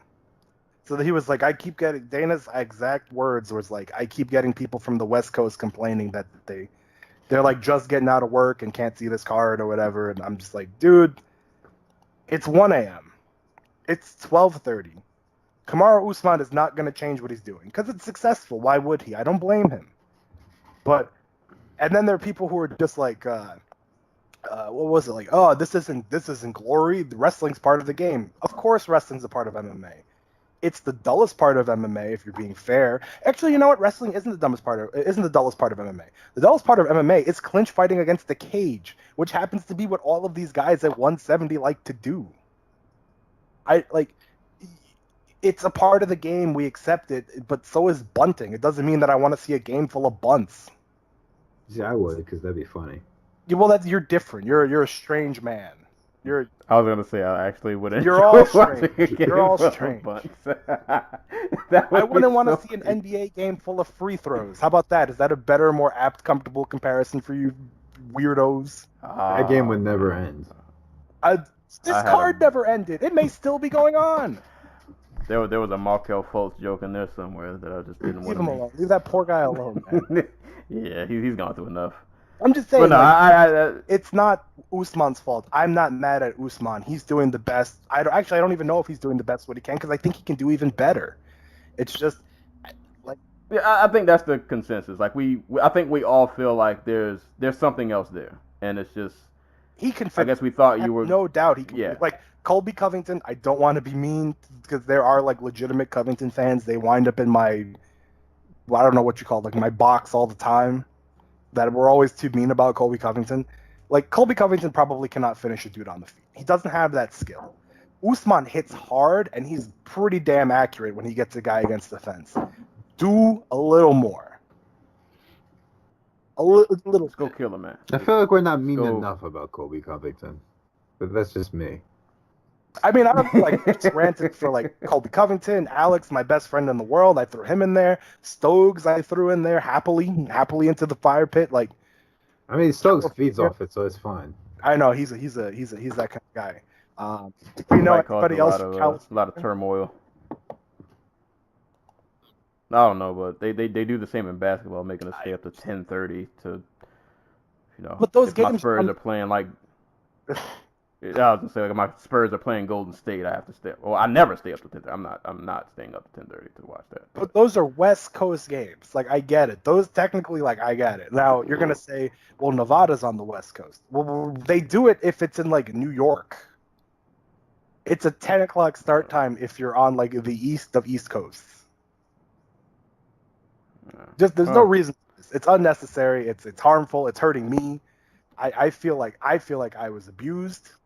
I wish everything was just on Fight Pass so I could just go back and make it really easy to rewatch like the next day. I don't know, man. And then it's like that's another whole. And I cool. Sensei, in fairness, would you pay $60 to see Woodley Usman? I don't pay $60 to see the good fights, bro. Yeah, I was gonna say it's not fair for me to answer that question because the only card that you fucking pirate is. Well, I will say in my defense, I'm probably gonna come out of pocket for this Holloway Ortega Same. card. If that's probably gonna. If I'm God damn it. Oh, I'm gonna be on the West Coast for this card. Shit. So you know what? That time where you're on the West Coast, you and I are not gonna talk. We have it's gonna start at 8 o'clock, and I'm gonna feel really weird. Like I do every time there's a Fox card and it starts at 8 o'clock. I'm like, yeah. I get out of work and I get home and I'm like, what the fuck is going on? Why is the fight start for like another 2 hours? Well, that Actually, that, you know what? that Come was on, just Usman. to wrap that up, I have no beef with the West Coast people. It's not the people, it's the organization that has decided that an extra hour is the total difference between utter business chaos and a financial windfall. So it's not you guys. You guys on the West Coast, except for Stokes. He's the only guy.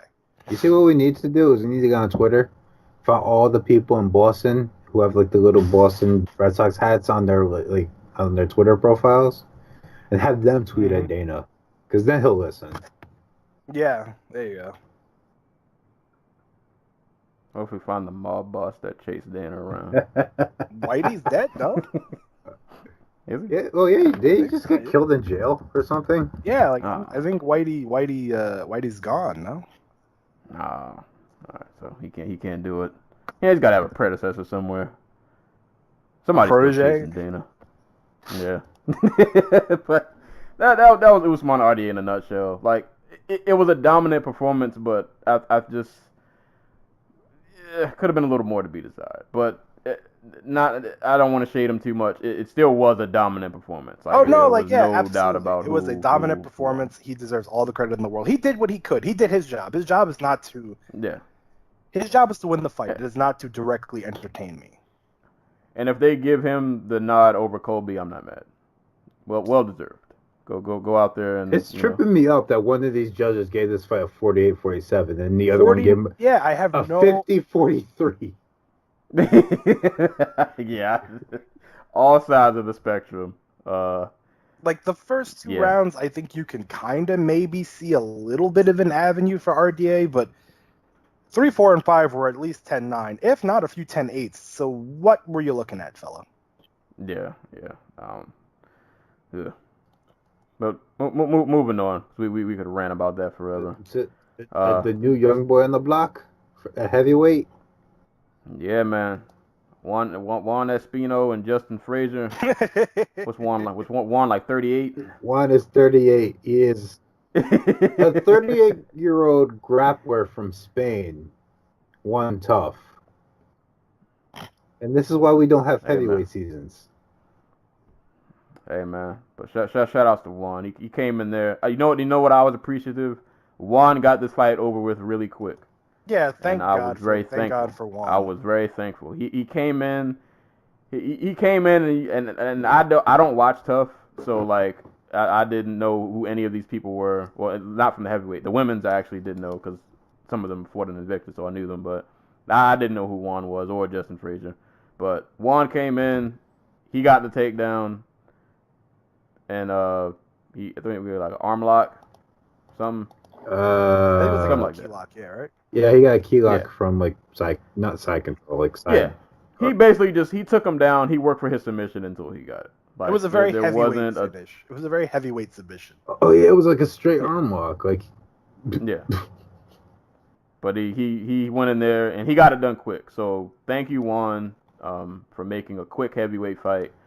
Because heavyweight fights that tend to go outside of round 1 sometimes don't go so well.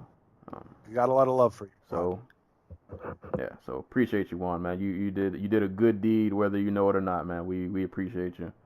But yeah, not really a ton to break down that fight. I will say Justin Frazier looks like a more in shape version of Roy Nelson.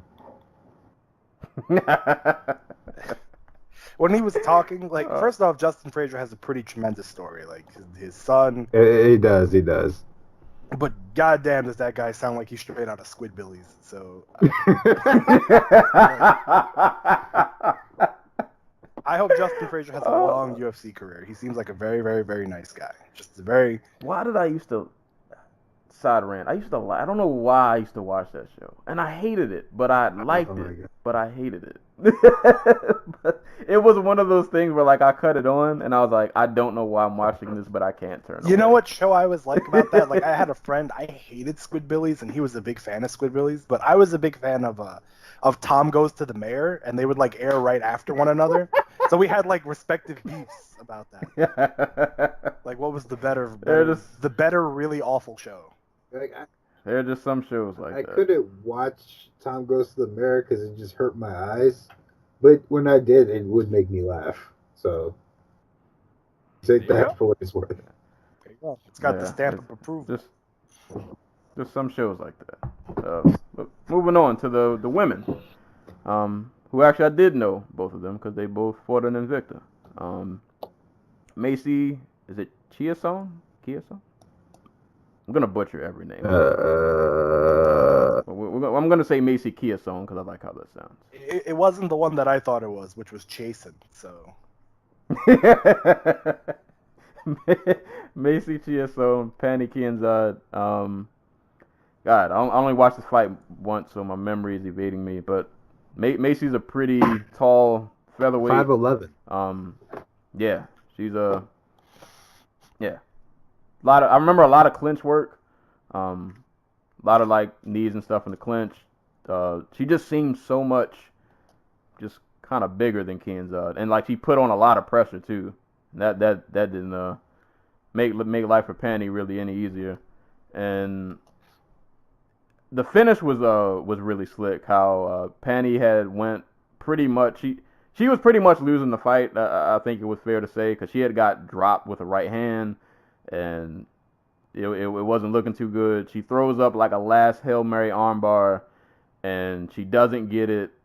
But like Chiasson is like flat on the stomach, and she gets out of it and goes to take Panty's back and gets a rear naked choke. So that was a pretty cool finish. It's so hard for me to like, cause I think Macy's a good fighter. Like I like her game. I like how she fought. But like featherweight, it's almost kind of like flyweight now, where it's like I can't really bring myself to get too excited because I'm like I don't know how long you guys are really gonna be here for. So it's like I don't. It's almost like what does this mean? Like I don't. You know, not that I'm looking at Macy like, oh, she's like a cyborg killer, but like she's a solid fighter, and like, you know, I wouldn't mind seeing her fight again, but it's like you're at featherweight, and I don't know really what your future is. But I mean, for the moment, good performance. I enjoyed the finish. It was a nice, like I said, she went from the almost being armbarred to getting out to taking Kianzad's back and choking her out, but. I don't know. I just kind of hung my head because I'm like, I don't really know where you're gonna be after this. But good performance. I don't think that they're like. I think they think Cyborg's leaving. Yeah. Yeah. Like. So do you think they'll keep it around then? Like I actually do. I'll tell you why. I do because I don't think they want the. I don't want to sound rude. Here it comes. If they get rid of relax, let me get this out. If they get rid of a male weight class, I don't think anybody cares, but I think there would be like sexism uproars if they got rid of, women's 145. I think once you commit to it, you commit to it. So you're stuck with it. Well, the good part of that is they never really committed to 145. You know what I mean? I know what you mean. Going back to like the tough tryout, like everything I heard from there was like, yeah, no, they only wanted like bloated 135ers. And then you look at the roster, it's like Leah Ledson is somebody who fought at both, but she can fight at 135. Pani Kianzad, someone who could fight at 135. Better suited for 135. Yeah. Marcia Allen, 135er. How did she do on that? She lost in like the first round, I think. I want to say. Because she was someone who I was keeping an eye on. Well, obviously I didn't watch the show, but yeah, she lost to I was keeping an eye on that, to be honest. Well, I knew of her before Tough started, and I thought I was hoping that she would do. Yeah, no, she lost in the first round to Julija Stoyarenko, the woman who fought Leah Ledson on this card. Like Larissa Pacheco is somebody who could probably fight at 135. I'm hearing contradictory stuff about that, but Katharina Lenner is a 135er. I don't know anything about Bea Malecki other than like she was a Muay Thai fighter in Sweden. Like, I don't know if she's like an actual 145er, but like Macy Chiasson was the only 145er on the show, like straight up. No, like legit 45. Yeah, lo and behold. And lo and behold, she knocks out everybody or submits everybody she faces and wins the show. Which is good in the sense that, like, she's a big woman on the show. She should be winning, even if she is like really inexperienced.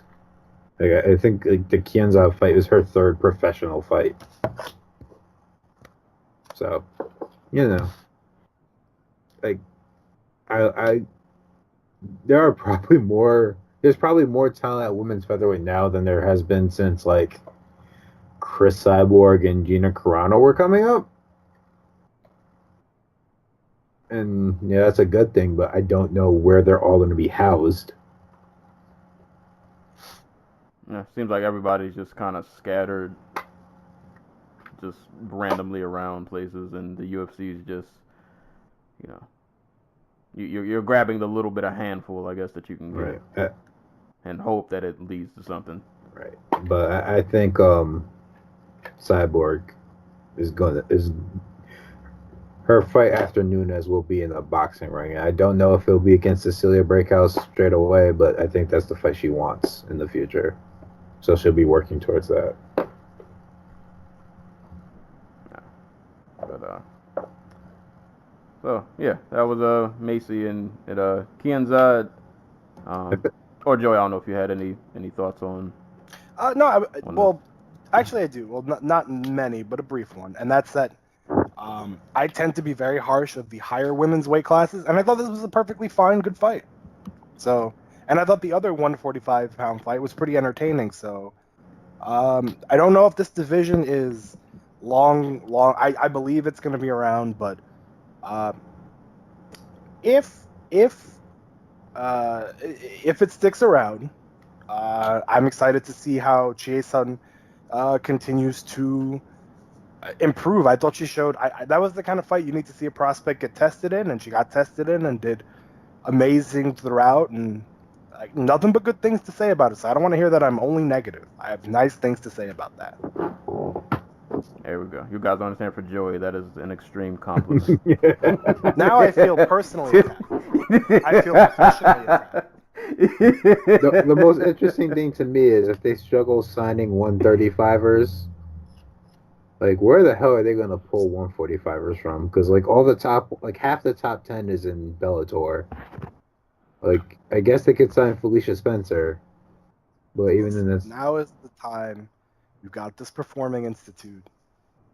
Go out there, find some female wrestlers, find some female jiu-jitsu experts, get some, we've discussed this, get some women's basketball athletes, get some women's soccer players, see if hey, look, we'll pay for you to train, and, instead of trying to scrap and make money on a career that might not exist, you can come here, potentially be Ronda Rousey.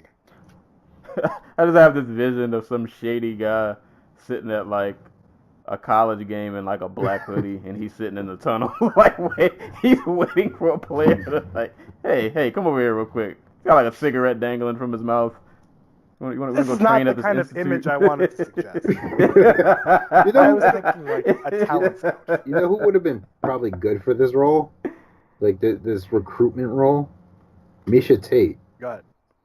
Because people seem to like her, like the women who work with her.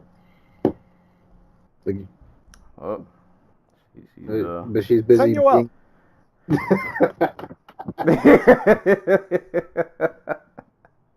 Senuel, he'll do it. He'd be great. You can't not like her. This could actually be where, honestly though, this could be where DC could really do like. If you think about it, Cormier is probably the best suited guy. Cormier definitely has a good sales pitch. I definitely see Cormier as a good sales pitch guy. Who would be the first? If he brings you in the meeting and he's got time to do the PowerPoint, you're getting blown. And you see the way he tests, that fucking PowerPoint's gonna be on fucking. Oh yeah. He's been waiting for this. I hope featherweight. That I want to believe there's some kind of plan. But sometimes I feel like they're just winging it. But I hope it leads to something. So I want people to have a home and be able to fight, and not just be scattered around and having trouble finding opponents, and it. Yeah, like life is hard as it is. This sport can't rely on. Here we go. The sport cannot rely just on women who want to like lose weight or want to learn self-defense. Like it needs athletes in it too. You know what I mean? Absolutely. Why aren't they grabbing the Taekwondo people like Bellator signed? Where's the UFC going? Bellator signed some Taekwondo. I don't know her name. I forgot her name. We mentioned Let's it last be podcast. 100% honest as to why that woman got signed. Because I don't even know. judging I didn't by see. the social media response, it's not about their feelings on Taekwondo. So it was the same thing basically on a lesser degree to the Heather Hardy thing, where they signed her because she's a great fighter, and then it was like the Heather Hardy. Like I think what did Jordan Breen like? I think Jordan Breen kind of pointed out that it was like it morphed into like she's hot, so she's hot therefore. I mean, And that's been Bellator's whole building of the flyweight division, really. Like, they signed these women who are like 1-1 or 2-1, and they're kind of just like attractive. Like they're not like. I'm not saying anything about like they're like I don't know how good they are as like prospects, but God, who's the woman? Crap, what's her name for it? they go ahead. Like the Russian, are you talking about the Russian chick they signed like 3 years ago, who they like babied up the rankings and? Yeah, her too, but Oh, it's a different one. I'm like Jessica Middleton, Emily Ducati. Okay, I think Rebecca Ruth beat her, and it was somebody who like you could tell they were putting a lot of promotion behind. I love that we can hear all the keys going at once. Right. No, it wasn't Rebecca Ruth. Okay, well, there we go. There go all of our leads. No. Her name is on it was a Brazilian woman. But point being, like, Coker's not out here signing. Was it Bruno Vargas? It was Bruno Vargas, who came into Bellator like 2-0, which is better than what I said. But like, she didn't get signed because she's a great fighter, and she might be. But like, this is kind of what Coker did in Strikeforce. Which, Like look, it worked out a lot better back then than it did there's now. nothing wrong with that. As long as you're not like, as long as it's not super exploitive, I think that there's nothing wrong with. Because look, people look good. Sage Northcutt, part of his mystique is the fact that he's like I believe the New York Times or the New York Daily News referred to him as like a mindless Ken doll. That's Yeah, that's all that. terrible. They said the downfall of the Ken doll. I was like, oh, you guys. Yeah, something like that, right? See, I'm not the only one who read With it. your slandering the pureness of the goat. Look, we'd be kidding ourselves if we didn't say like all that played a factor. So Yeah, and it's important to be honest. Yeah, we know what it is. But hopefully featherweight sticks around. I mean, it will. Just might not be in the UFC.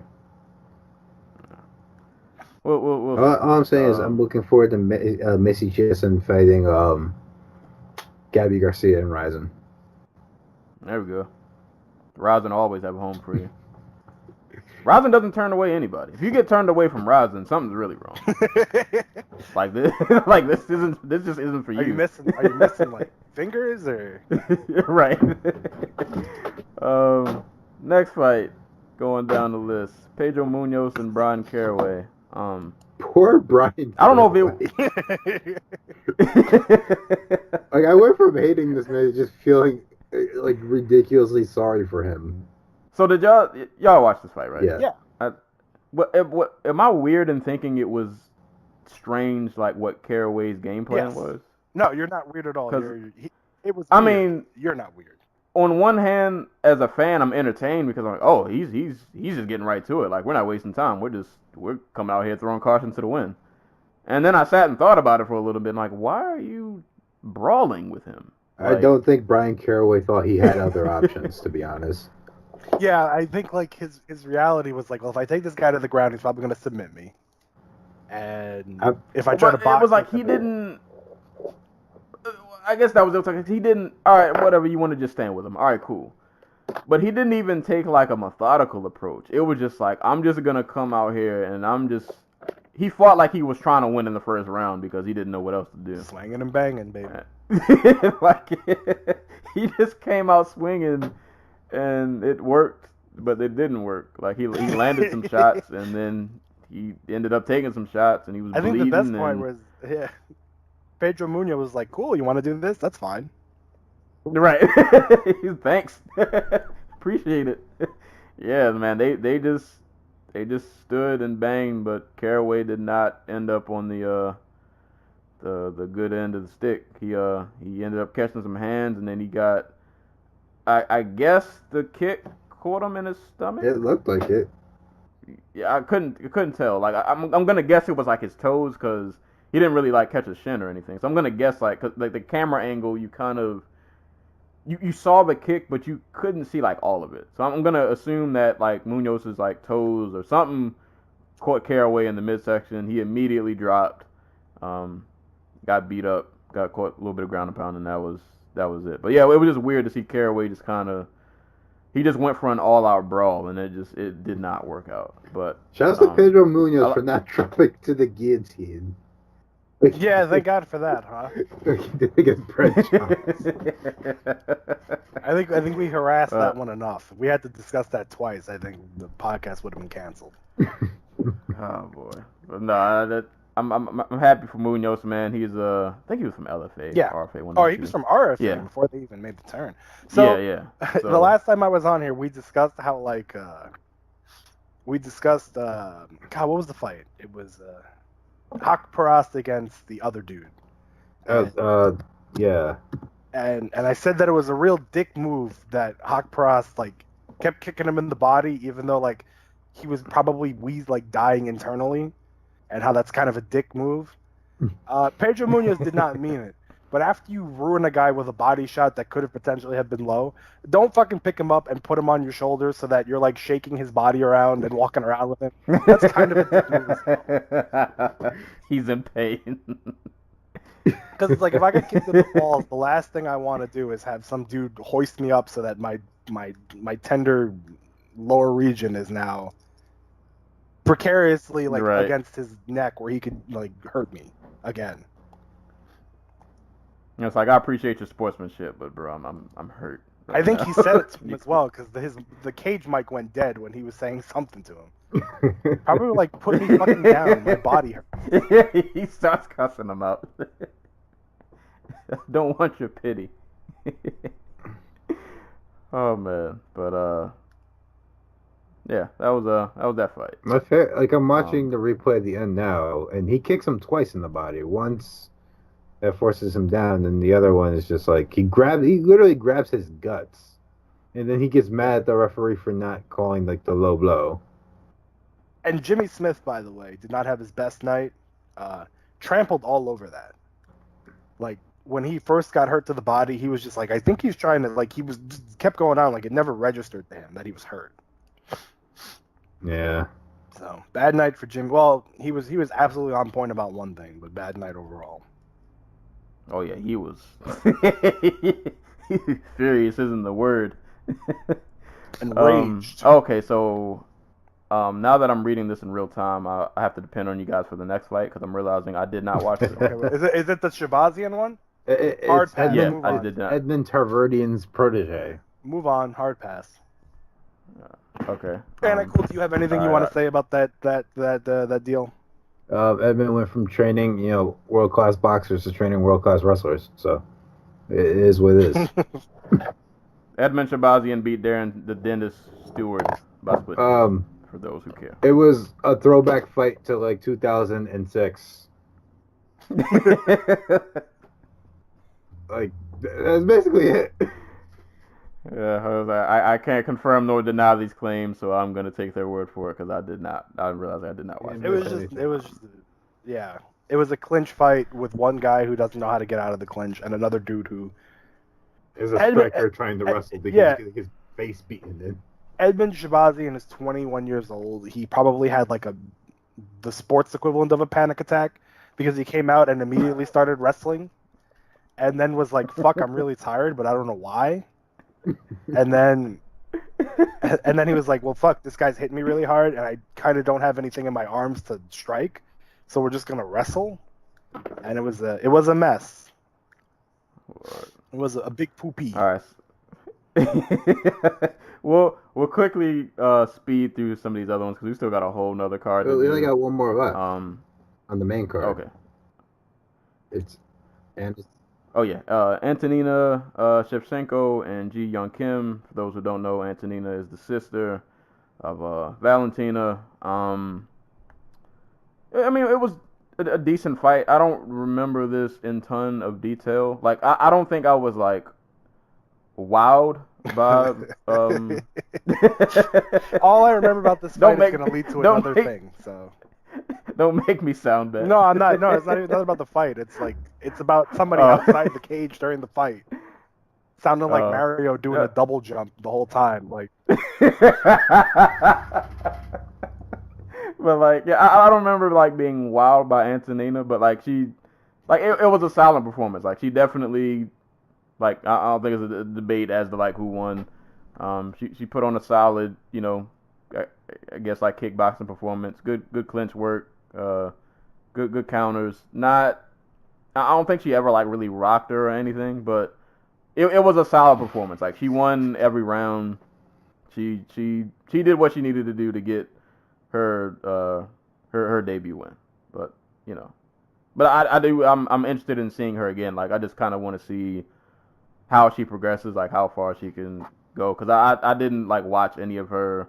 I know of her credentials, but I never like went back to like watch any of her fights. So I don't know how this compares to what she may have done in the past. I'm not really sure. Pretty much in line with what she does. Like she's a pared down version of her sister. And her sister's already like a really pared down fighter who relies on like a handful of weapons to get the job done. So it was about what you would expect if you had seen any of her previous fights. Like she picked apart a fighter who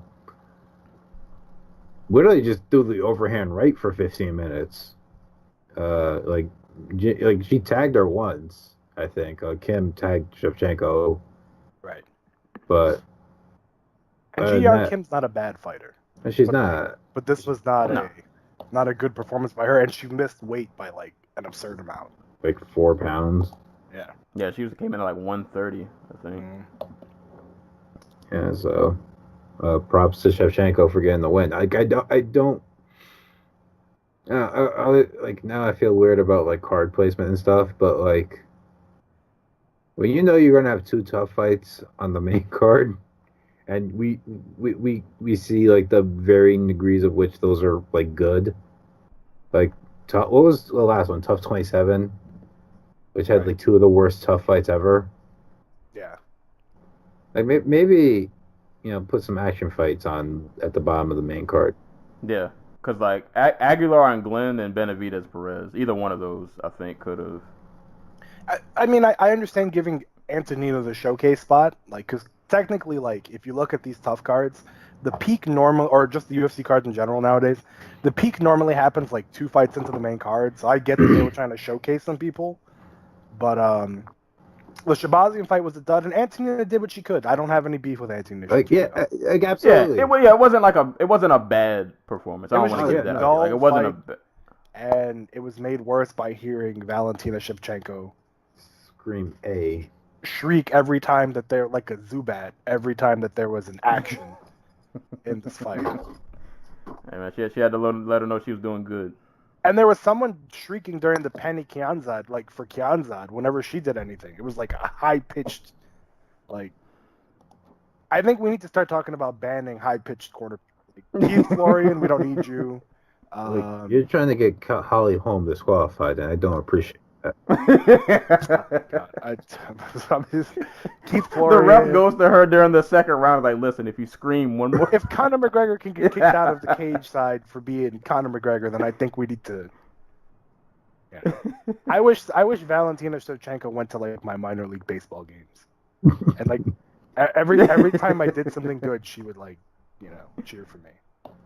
Because she was more enthusiastic than anybody in that venue.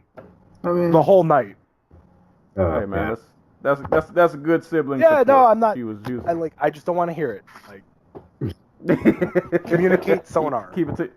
Yeah, get a sign. I'm trying to think of other really loud corner people. Mama Woodley. She's not even a corner person. Well, you know what I mean. Yeah, she sounds like a corner person, but Johnson's she's not. wife is supposedly really loud at fights. Manny Pacquiao's mom. Not only does Manny Pacquiao, didn't she where she's trying to put a curse. That's what I thought. That was the meme that she was trying to put a hex on somebody. Oh my god! I'm trying to think of Keith Florian, obviously. Edmund's pretty loud. I mean, Greg Jackson's loud, but it's different. It's instructional.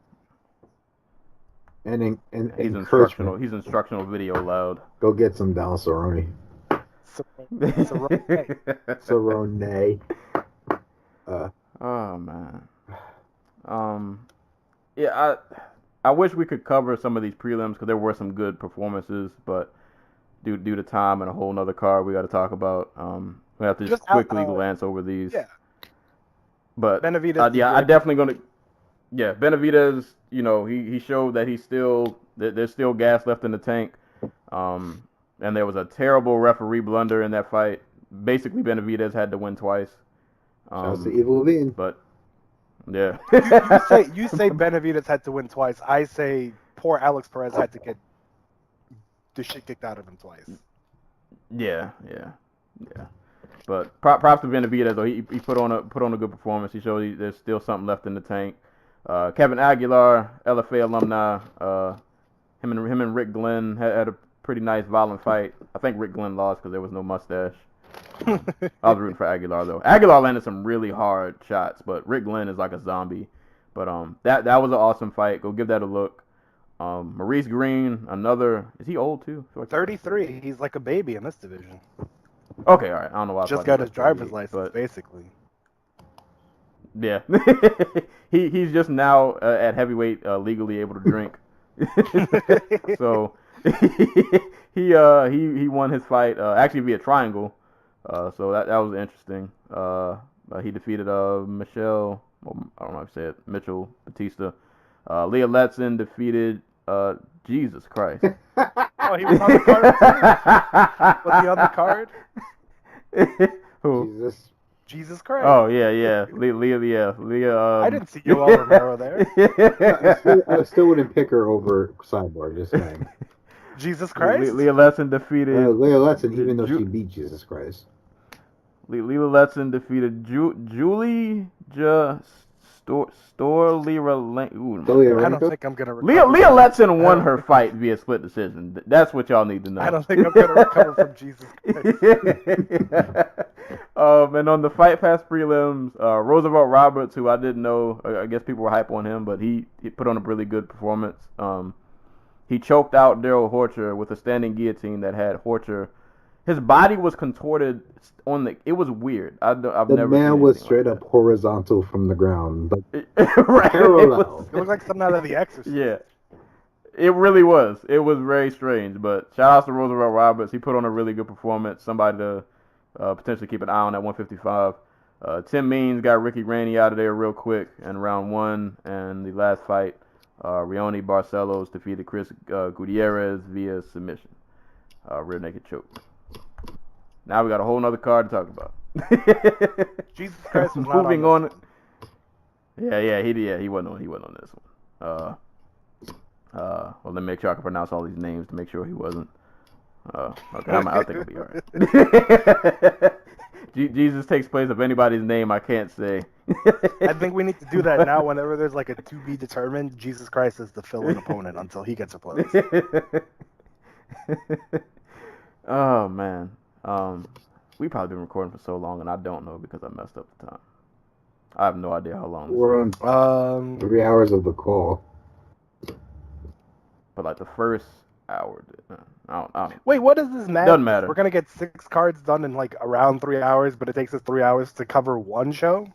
I mean, it's because normally the show's good. I see. Or These were interesting. okay. Yeah. These weren't that bad. They went on forever. This card was. See, and with this card, because the only saw a couple of prelims from this one, so like because a lot of people were saying like it seemed like the prelims took ages. Oh, they were horrible. But it was different for me because the only prelims that I watched was the Kai Car France, the Wilson Hayes. I took a shower purposely during the Yushin Okami fight because I figured that'd be a good time to just go take a shower. But nah, starting from the top, this was UFC Adelaide, headlined by Junior Dos Santos and Tuivasa. I was scared during this main event because JDS now is reaching that territory to where, you know, he's still JDS, he still hits hard, but you know he's getting a little older. You know, him losing the Overeem kind of made me feel some kind of way. So now sometimes I'm not so sure about what's going to happen in a JDS fight. And there were moments in this fight that did have me kind of worried. Nah, man, Ty Tuivasa came out. You know, he was definitely ready to fight. Junior had me worried, having his back against the fence. My heart just starts skipping beats when he does that. It makes me very uneasy. But nah, Ty Tuivasa. So he would do like these leaping hooks, and then clinch, and then break, and then they would throw again, and then clinch. And there were times like where he had, to me it seemed like he had JDS like hurt pretty good, or like just wobbled, but he would go back to the clinch again. And I don't know. I thought that was kind of weird. Like, I don't know why fighters never, and this is me armchair quarterbacking. Is it like a bad omen to like break the clinch and just kind of get in, get out maybe? I have a theory. Because it. I want to hear So Tai Tuivasa is basically a man who's been trained by Mark Hunt. If not by Mark Hunt, then by the people who trained Mark Hunt. Mark Hunt's a kickboxer. In kickboxing, closing distance is not really like that's a viable form of defense. It's like it's one of the reasons why when we see kickboxers come over to MMA, they struggle so much. You know, it was a really good example of this, Joe Schilling. Because Joe Schilling in kickboxing, like, have you ever seen Joe Schilling fight? Like, he's not the most graceful fighter, but he gets away with a lot of what he gets away with because in kickboxing, he's able to just close distance and get on the inside. Yeah, so he'll grab you, and then as you're breaking, he'll throw like 3 or 4 punches. I think that's what Tai Tuivasa has just kind of got drilled into him, just training with Mark Hunt. And did you guys caught like the promo footage they were shooting, right? Where like Tai Tuivasa was hitting the pads, and he had his entire team around him just screaming at him, trying to encourage him to keep going. And I was like, okay, they worked on pressuring for this fight. And then, like, the first round happens, and, like, at least 3 or 4 times in the first round, Tai Tuivasa would leap in. And faceplant. And, yes, and Junior Dos Santos would literally just circle to his right. And Tai Tuivasa would faceplant into the cage. Right. So it's just like, okay, this dude has no idea how to close distance. I think that's why you end up with him just clinching with JDS consistently. That was his way of stopping the return fire, and that's built into what he learned, and he just never got that corrected. Yeah, because it's like it just seemed like he had a lot. There were things going good for him, like I don't know. And then like he had the leg kicks. He landed one that really, like JDS really felt and like made him back up a little bit. And then he tried it again, and I think that was the 3rd round. JDS checked it, and then he just kind of never went back to it. And I think though that was the moment where I realized like, oh, JDS might be able to win this, because I just envisioned that with all the clinching and just all the movement in general, that JDS would just kind of tire down. But when he checked that kick, I was like, oh, he still has life. He's still he's aware of what's going on. He's still there. And then he started pumping out his jab more. And then the finishing sequence,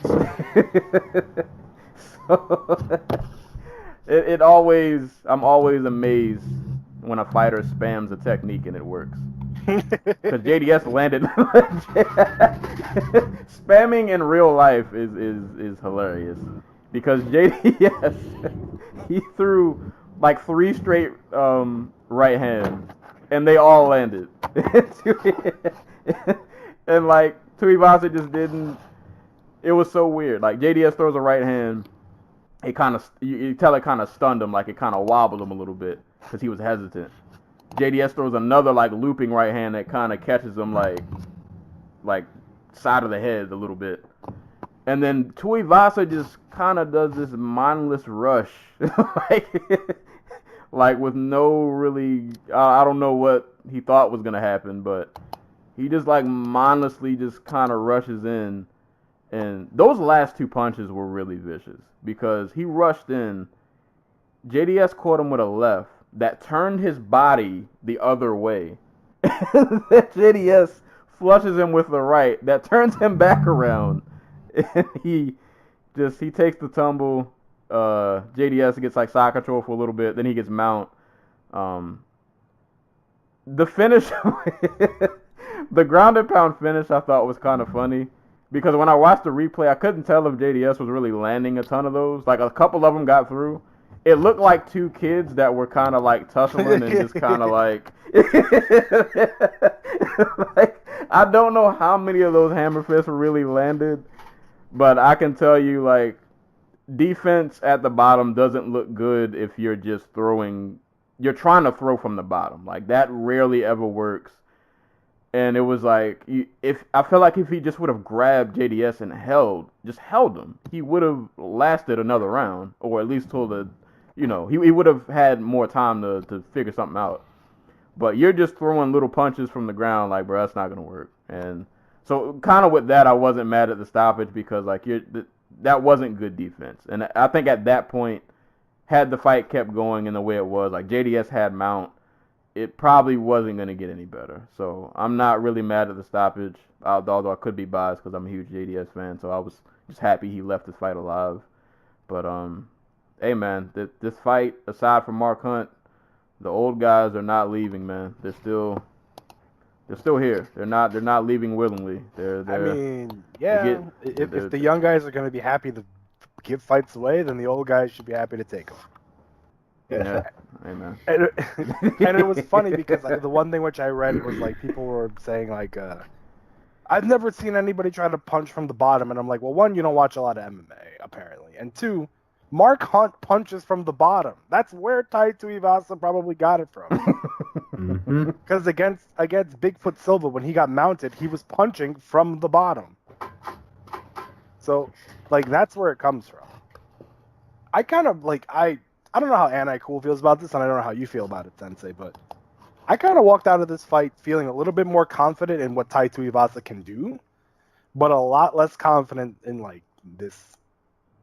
I don't know if it's like a super camp that they got going on there, or because all of the fight. Go ahead. I think I was gonna say I think he showed like there's a lot of potential there. Like there's a lot of good that could come of him if he, like figures it all out. But then I feel like a performance like that, it shows like it's kind of like when you watch like a rookie player in the NBA, and you can see flashes of like what their potential is, but then they have a moment where it's like, oh yeah, he's still a rookie. Like he's still young. He still kind of needs to. He might need more time. Right, because we've seen we've seen prospects. We've seen prospects get like blown out of the water, and I don't think he was blown out of the water here. I thought he acquitted himself well up until the repeated brain farts, but yeah.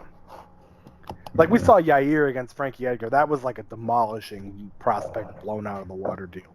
This, I felt, was a little bit more competitive. A lot more competitive. And, I'm not off on the Tuivasa bandwagon, but that fight IQ needs some work. Yeah, but I think we said that. I think we said this when they first announced the fight. It's just like this dude went life or death with Andrei Arlovsky. What, 4, 5, 6 months ago? Give or take. And Junior Dos Santos isn't, the same dude he was when he was 29, but he's still a lot better than Andrei Arlovsky Right. at this point. So. Right, and I think that's why I feel kind of confident, because it's like I think he was rushed a little bit into this, and he still put on a really, I guess the best way to put it would be like a compelling performance. Like I didn't look at him like, Oh yeah, he's only 25. He'll get better. Yeah. Right. In theory, because Lord knows what. Mark Hunt just seems to go from training camp to training camp, and whatever idea pops into his head, he goes with. He'll go spend a few months in Thailand. Right. He'll come back, work with his old coach. Then he'll be like, "Fuck it, I'll train myself," and then open his own gym. And now that he doesn't have I don't know, not the structure of the UFC behind him, but I'm kind of curious what their training situation is going to look like from now on. Right. Now that he's going to be fighting in Ryzen or something. Oh, okay. Yeah, I go to you. I don't know. I like Tuivasa. I just the rushing into the cage was rough. That suggested that they had no idea how he was supposed to close the distance. I think he's just used to being faster than people. True. I mean, and he did everything right to get him against the fence, and then once he got him there, it was like he didn't have a clean entry, and JDS had an easy out every time he kind of got him in the right spot. The leg kicks disappearing sucked. I don't know what happened with that. But then again, the same could be said about Mark Hunt, who just abandoned his leg kicks. He abandoned a lot in that fight. He abandoned. Tuivasa also, if you watched against Arlovsky and even against Cyril Asker, when he gets guys against the fence, he tends to be very elbow heavy, and he never really let any of them go. So I don't know what happened with that. There's upside here, and JDS gets to live to fight another day, and I'm glad that he was kind of realistic. He called out Overeem. He didn't call out Ngannou. I would not want to see that. Ngannou would probably smelt him. He did not call out Miocic or Cormier, so I like the Overeem fight. I think that's a good fight for both guys. He's sticking in his lane. And Kenny Florian called him the Brazilian Borat because of his post-fight speech. So, and knowing Kenny Florian, somebody on Twitter called him the Brazilian Borat, and then Kenny Florian brought it to TV for us. Oh man, but yeah, that was the main event. It was a fun main event. If you're a JDS fan, you got to see him live to just fight another day. And in a world where heavyweight fights aren't always really entertaining, we got a nice little fun scrap. I think everybody left happy. Well, if you're a Tuivasa fan, maybe not so much, but I mean, entertainment-wise, you got something. Yeah, even if you're a Tuivasa fan, you kind of got to see your guy show that he's probably not a fluke. He put on enough against. He did better against JDS than Blagoy Ivanov did, and Ben Rothwell. He did pretty well, all things considered. Right. He gave you hope for the future. There's something there. And I guess that theme continued somewhat in this co-main event. Nah, man, there's no hope. Guys there's no hope for Tyson. Listen, man, the old lines aren't going away. Mauricio Shogun Hua fought for the 80th time. I thought this guy was going to be out of here about 5 years ago. He has not left yet. He fought Tyson Pedro in the co-main event. You know what I liked about this fight, and I always make fun of the old guys, but Shogun did something that I thought was I found it funny because I just have a weird sense of humor. So the first two rounds, it's a lot of brawling going on. it's looking like Shogun's about to get out of there. I'm like, oh god, the old guy's about to get hands put on him, and it's going to be one of those, and I'm going to feel bad for watching it. And they're slugging back and forth in the first 2 rounds. You know, it's not looking too good. I think at one point they collided heads, and Shogun looked like he was about to fall over and die. And he survived the first 2 rounds, life still intact. 3rd round, man, he goes into the veteran bag. He goes into the veteran bag of tricks, and he's like, listen, man, you young guys, you're too fast. You're doing too much. I'm just going to grab you, and I'm just going to take you down. I'm just going to lay on you for a little bit. You're doing way too much moving. I'm tired. I can't do all that. So he takes him down. And I just thought it was he completely just like changed the pace and tone of the fight in the 3rd round. Like he just took him down, put a stop to all of that movement and striking and everything good that Pedro had going for him. He just kind of took it away. Took him down. He got a TKO, right? Yep. Yeah.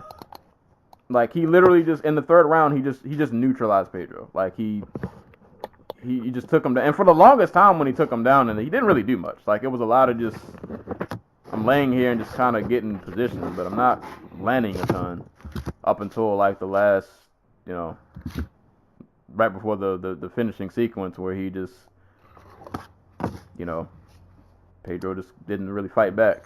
He just he ate some shots. There wasn't he didn't offer anything in return. No, he got rocked or I don't know if he got rocked or his knee buckled or both, or I don't know what that was at the end. Tyson Pedro? Yeah, like because didn't he twisted his ankle? I think was what. Yeah, like he ate a right hand and then like his ankle went out or something, and then he ate some ground and pound, and the stoppage was good because it looked like he was like really hurt, but I guess it looked like he was walking okay in the post fight, but I don't know, maybe he was still hurt. I didn't really follow up, but point being, Shogun at in combat years, the man is like 900 years old. And he's, but the anti-cooler said it before. He's still one of the most. He's still fairly competent at 205. Like he can still. He can do the bare minimum you need at 205 to be successful. Like he can still knock you out. He's still fairly competent. He just needs to stay in the fight long enough to win it, and he's still doing it. He's still doing it. He floored Pedro with that right hand and then got the ground and pound finish. And, his record goes to 299. I don't know how many times he's fought. He's fought a lot. This man has fought a lot. I can't emphasize that enough. I think it was like 24-11 going into it. I don't know. A lot of fights. Too many. It feels like he's fought like 90 fights. But props to him, man. Like he's still out here. He turned the young guy away. Didn't work against Anthony Smith, but Tyson didn't follow up. He turned him back around and sent them back home. Yeah. Well, I always felt this way about Shogun. Like one of the most underappreciated parts of his game is when he wants to wrestle, he tends to get the other guy down. Like it's like going back to like the Pride days. Like he was getting his ass beat by Alistair Overeem early in their fight. Took him down. A few soccer kicks and stuff later. Like Overeem's out of it. That was a big part of how he beat Lil Nog the first time, I think. If I'm remembering the fight right, but I don't know. In the second fight, it was absolutely like a key component. So like, yeah, it's crazy that it's taken this long for this to become like his modus operandi, like, because he's still out here knocking guys out in the feet, which is all types of just. I don't know if there's anybody in the UFC who toes the line between like being like durable and just fragile as shit as Shogun does. Because you hit him once, he goes all loopy, but he's like super hard to just put away at that point. Especially if you're Tyson Pedro, you're just willingly getting into his type of fight.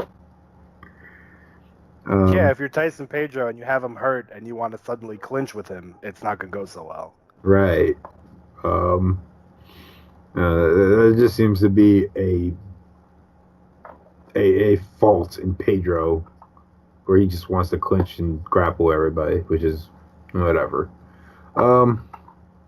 Nice win for Shogun. Like, he continues to be relevant. That's another ranked opponent on his long list of wins. Like, he is determined to get another title shot. Like, he said one more. Oh boy. Yeah, I'm not. Like, I was never super duper sold on Pedro. I don't know why. And now I do, but yeah, he is a poor decision maker. A really, really poor decision. Like, give the entire fight away. Poor decision maker. Yeah. Like, I don't have a lot to say about it, to be honest. Can't outwit that veteran set. Right. You know what I will say?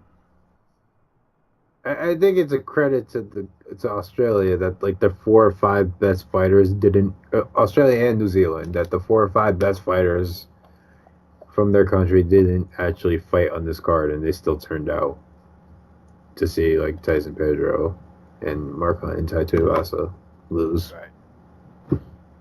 And they weren't poor sports about it. It wasn't like other fight fans. Yeah. They were just there for to see some carnage, man, and I can respect that. Yeah, I'm with you. I'm with it. But no Dan Hooker, no Israel Adesanya, no Robert Whittaker, no Alexander Volkanovski. Yep.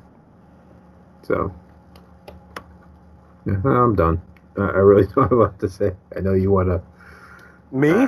Yeah, I know you want to tear into Tyson Pedro. I don't want to tear into Tyson Pedro. I think I kind of wasted all of my... Like, it's just that, like, he could realistically, if you want to be 150% honest about it, he could realistically be on a 3-fight win streak with, like, title fight aspiration. He could be Anthony Smith, because he hurt OSP really badly and then was like, oh, fuck, he's down, I might as well play around on the ground with him, which is, like, the worst thing you want to do with OSP, and he wound up getting submitted. And against Shogun, like, okay, Shogun was hurt by a headbutt. That was pretty obvious. But Pedro had him hurt before that. And then when he had him against the fence, he hurt him even worse with these, like, nice uppercuts, these perfectly well-thrown uppercuts. And then it was like Shogun covered up, and he was like, well, fuck, I don't have an easy thing to hit now, so I'm going to clinch. Lock up with him. And it's like, why? Why? And what was said in the corner, because we didn't get the corner audio, obviously, but, like, did they stop and tell him, like, listen, he took you down. I know you have that Kimura sweep you really like, but that probably isn't going to work if you keep trying it. Like, we gotta shift gears here. Like, get back to striking.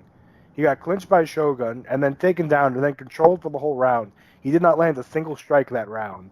And then the third round, he, like, got hurt, or he was hurt into the second round, and then he got hurt in the third round with his ankle, and then he got finished. And, like, those are 2 back-to-back fights where you could have beaten serious name competition at 205, and you, like, tripped over your own feet. Like, I don't know how you reconcile that.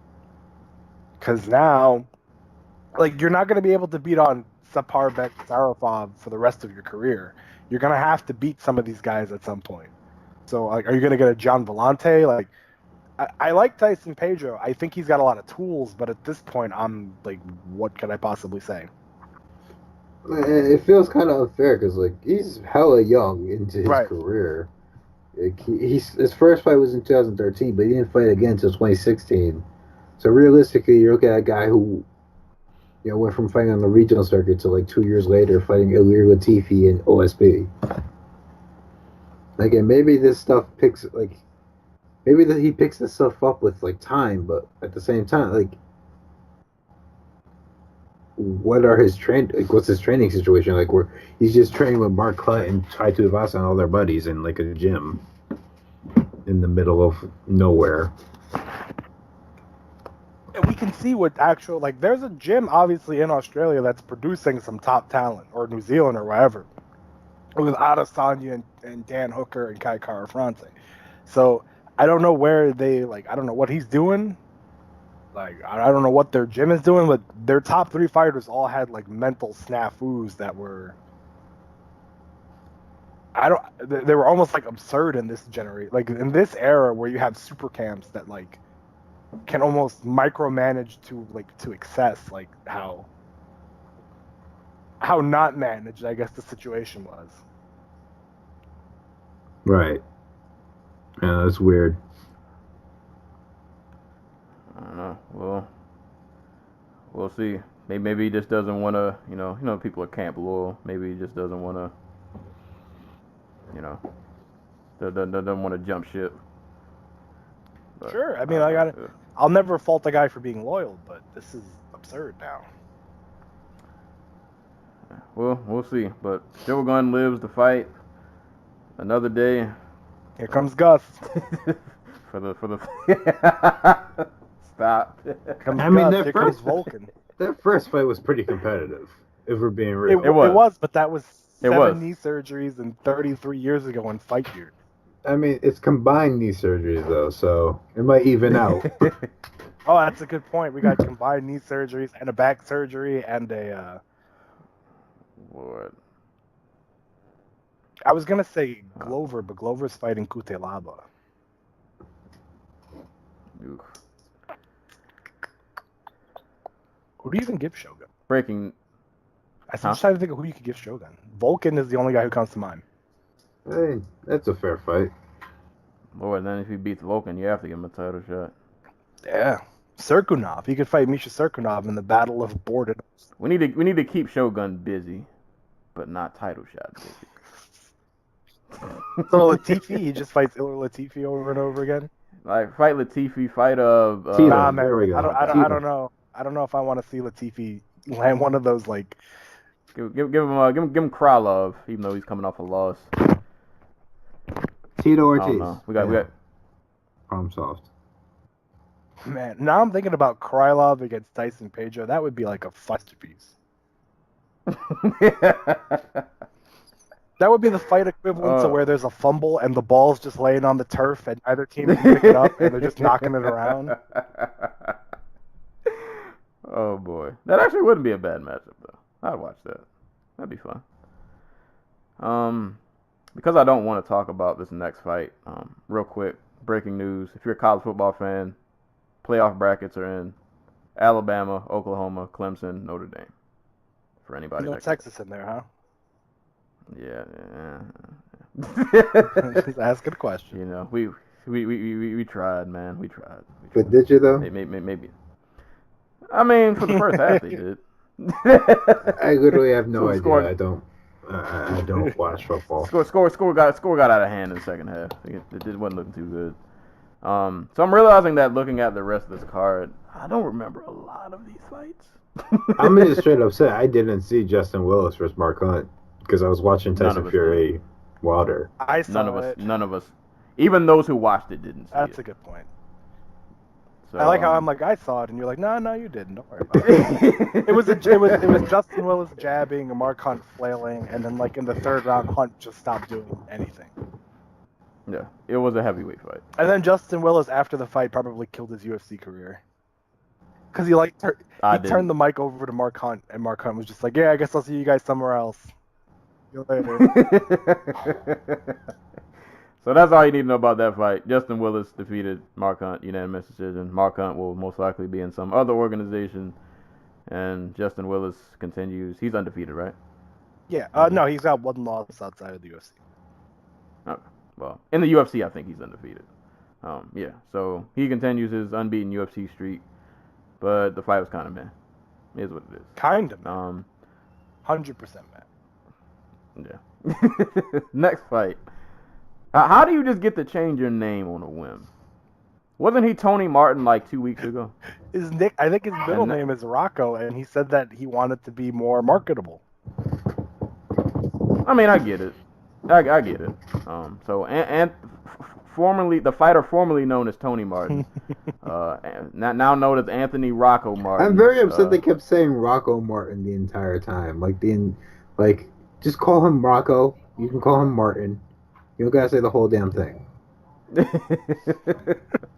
Rocco for Jake Matthews.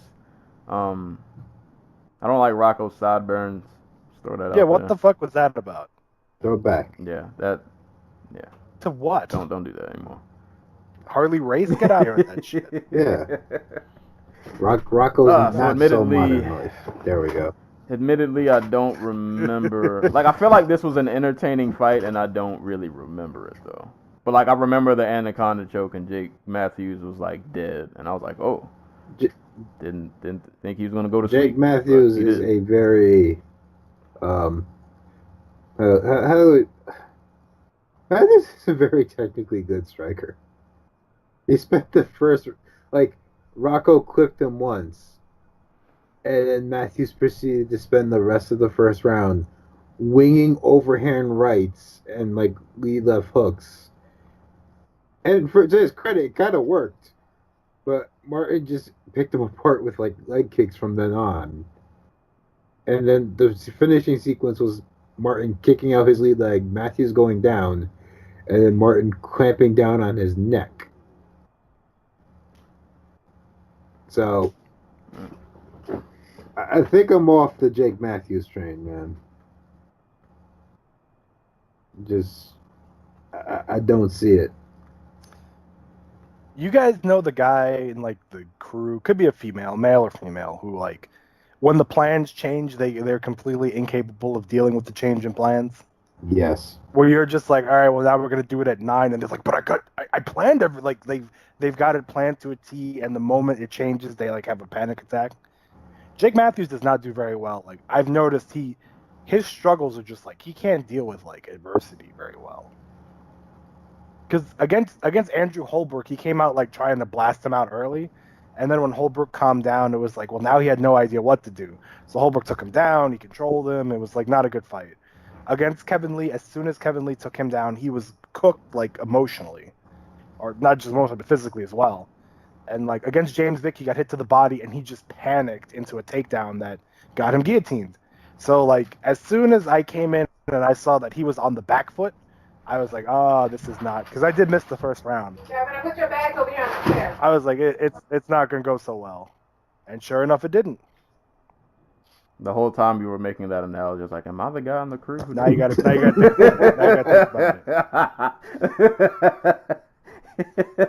Now you got to think about that it. might be me. It's not that I panic. It's more so when plans change, I'm like, okay, why are you guys changing stuff? I don't like change. But I think it's more so I get old and grumpy and I don't want to do it. But that's another story. Rocco Martin, don't care. I don't know about the name, but the wins speak for themselves, man. That's 3 in a row now. Yeah, since moving up. So, go to your proper class. Things can potentially happen. Good for you. Instead of trying to... And Rocco, I don't know where this new confidence has come from, but perhaps don't try to bully the UFC into adding a weight class that may not work out in your favor, because they may not want to have some dude on the prelims, some non-main eventer, telling them that they need to change weight classes. If Kevin Lee can't get it done, you're probably not going to get it done. Yeah, you're definitely not the spokesperson. I don't think that's a word. Not with those sideburns. You can't make those kind of demands with those sideburns. The sideburns are why he made the demand. They give him confidence. Hey, he's feeling it. Yeah. You gotta be feeling yourself to be rocking that. So. Oh man. But he got the win. Impressive feat. So shout outs to Rocco. Next fight did not last very long. Sadiq Youssef and Suman Mokhtarian. Youssef was on the Contender Series, right? Yes. Yes. Yeah. Very explosive, very athletic, hits very hard. and he just administered some hands to Mokhtarian. I saw people who were angry at the stoppage. I wasn't really mad at it. I mean, when you're not really getting out of the way, like like there are certain stoppages where I look and I'm like, you're not really, even if it was premature, I'm looking at you, it's like, you're not really doing yourself any favors. Like, so in that moment, I can't really be mad that the ref stopped it because you're not really showing him anything. Like, you're eating these combinations unanswered and you're not, it's not like you really tried to make the situation better. And like, had it kept going, it just kind of looked like you just would have kept eating more hands, and it probably just would have gotten worse. So I'm not mad at the stoppage. A lot of people were pretty high on Sadiq. So I guess he showed why. He came out, administered some hands. Dude is very, very fast, very athletic. Looks like he'll be the type of guy who'll put on some violent fights at featherweight. So good on him. Concur. Yeah.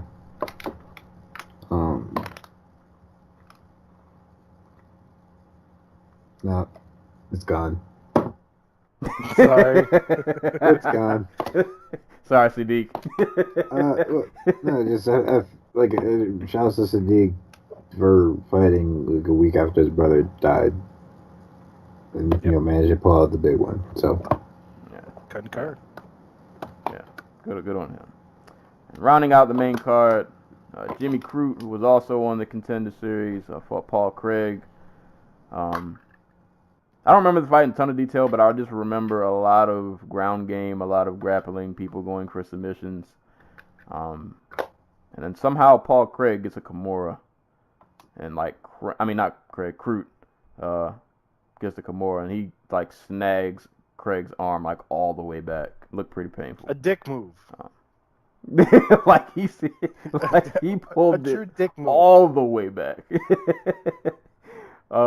Did Craig like verbally tap? Because I don't remember seeing him like, unless I just. I don't know if he verbally tapped or if Crute was just knew because he like let go immediately. It was like, all right, done, see ya. Yeah, because he it looked like I was about to break. Like that was really, really hard. But I don't know where the ref was apparently with his thumb up his ass apparently in his face. Like, I'll just fucking rip his arm off, dude. Don't worry about it. I'll do your job. Right. It's kind of hard for me to judge Crute. Like, I don't really know, like, what a ceiling is. Like, it seems like he has some tools. Like, then again, at 205, I don't know anything about 205. Who knows what 205 is anymore? I don't know how to judge ceilings at 205. Like, I mean, to his credit, he's only like 22. Yeah. And I don't mean that in, like, a bad way. Like, I guess it's just anytime I see a prospect, I just try to figure like where could I see you going based off of what you're showing me. But I mean, yeah, like I said, he's still pretty young. Time is on his side.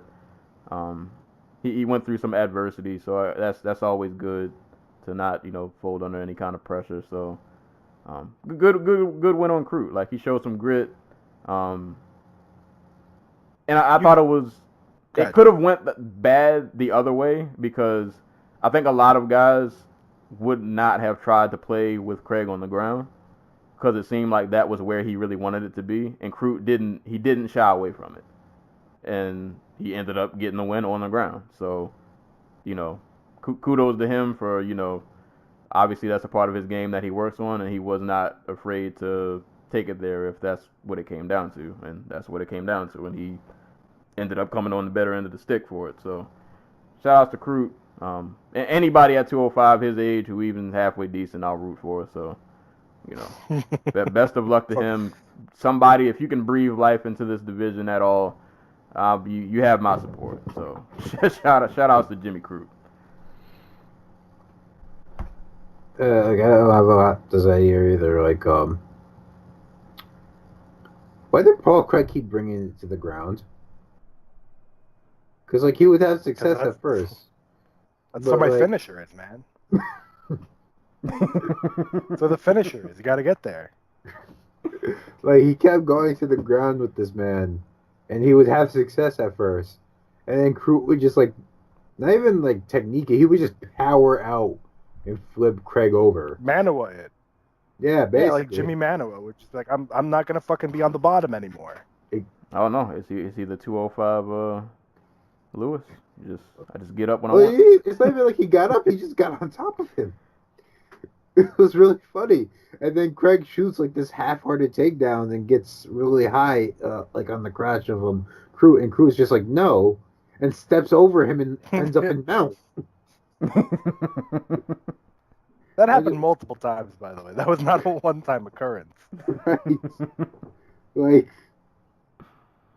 I don't know. I don't get what the thought process was there. Like, Crute was one of the dudes who I wanted the UFC to sign to bolster up this wasteland of a division. Like, did they say where they got him from? Because I think that's a pretty interesting story. Ooh, where they? I know he was fighting on that Crute, the Hex Fight series, dude. Like, No, dude. Like, he got on their. He got on. Go ahead. You know what? No, go ahead. No, he got on their radar. Justin Raider. He got on their radar because he got the Air Asia sponsorship that they're doing with like Australia and Asia. The same thing that got that. She hasn't debuted yet, but they have like a Singapore woman who they also signed, I believe, from One, who basically they had Crute at the Performance Center for like 6 weeks, and they were like, well, we might as well give him a fight like in that time, and he wound up on the Contender Series and won that fight, and I think Dana White fell in love with him from there. So like he could probably not even be in the UFC if not for Air Asia. That's ridiculous. Like, I have a list of fighters from like from 205 who I'm like, okay, these are dudes you can sign to bring in and just give a shot. And now, like, this was, when did I make this list? Like March, and so far they got like 3 of them. But Crute was one of the first dudes that put on the list, just because of his age and where he's from. Like, I don't know, it just kind of. I don't think anybody there is doing any scouting anymore, or like any type of like basic research. Like, they just have a list of people they call when they need somebody to fill in. So they signed by word of mouth and referral. Yeah, basically. Yeah, it's like who's that Fortis? Who's that Team Alpha Male? Who's that? You know. Who's that? They call the head of the gym. Hey, you got any guys in your gym who haven't fought in the UFC yet? That's basically honestly, I think Annickle's right. That's basically how it's happening. Some form of that. What's so and so doing? Oh, he hasn't fought in a while. Can he fight here? Okay, great. Well, remember, we just talked about how small this organization is. It's not like they've got like a range of talent scouts. Yeah, the same guy who does the graphics does recruiting. They have to compound. They have to compound the jobs. you got to work in every department. Guy who's never watched MMA in his life. The guy who did Fight Pass is the guy who runs the guy who checks the Reebok kits is the guy who Well, like, normally it would be McMaynard and Sean Shelby, but like, you're having them book 50 cards a year. Like, they don't have time for that. Like, they don't have time to sit down and go onto YouTube or Fight Finder and just like, okay, who's the new hotness? It's just right. Whoever. Like, we just got dates to fill, and that's all we care about. And maybe right. And maybe a dude like Ed Soros gets like, hey Ed, who do you have? Who's your champion right now? Who did he just beat? Exactly. And then they'll get like a tape, and then they'll watch it. If that. Like, some of these dudes, I'm convinced they get in, like, having never been seen by anybody in the UFC. They just take it on, like, good word. I would say that's ridiculous, but then again, I think that's probably more likely than not. Yeah, they need to get us on the payroll. We can do some scouting for you guys for a nice little. You can pay me to watch fights. Cut a check. Do it. Like, and then I would just go ahead. Yeah, Sean Shelby hooked me up. I can help you out. Like. All right. We do this and we don't get paid. Exactly. So if you pay me, there's more incentive for me to, you know. I willingly watch Alaska Fighting Championship. I will happily watch Sri Lankan MMA for a UFC paycheck. Yeah. Willingly. I can pre-install Hex Fight Series as YouTube page. Wait, what did you say? Hex Fight Series is the organization that. I'm not gonna say what I thought I heard because like the connection was so choppy here. I was like, oh no, he didn't just say that. No, but I'm sure like, but you know what? Good. That's why the Performance Center is gonna be good. That's why this Asia thing's gonna be good. Like, they need help, so go get some help. Yeah, if thing like, I was gonna say like if like for guys like Chuck, that could have been like something they could have done, or like you send them out to all these places and they get looks at the regional talent, but then you end up with situations like, all right, Uriah Faber is basically just getting his own guys UFC contracts, which he probably already is doing. But oh yeah, for sure. But yeah, it's better than the system they got now. Well, because I guarantee you that like when the Contender Series is coming around, agents are calling like not just agents, but absolutely Uriah Faber's like, hey, I know a guy who's like, I got a guy in the gym who's tearing everybody apart. Like he knocked out. He knocked out Chris Holdsworth again. Holdsworth was going to come back, and then he knocked him out again. He's on fire. This guy's unreal. Like, those conversations happen. Like this guy, and then like if you know Dana, you probably know the keywords to like get him to like, he's a monster, and he's. All you have to say is he stands and bangs, knockout, grinder, finishes. Scrapper is the one, right? Yeah, Scrapper. Yeah, that's there we go. That's the word. And he can talk too. He just yeah. I hope he can. Full grown. Well, no, dude, they signed Hannah Cyphers and she can't speak. They signed Hannah Cyphers and the media was like making fun of her for being so like dry, like incapable of actual common like communication. Yeah, that's because I'm assuming Hannah Cyphers probably has never done media before. Hey man, Titan FC, they hook you up. You got to talk to Showdown Joe and Kamaru Usman.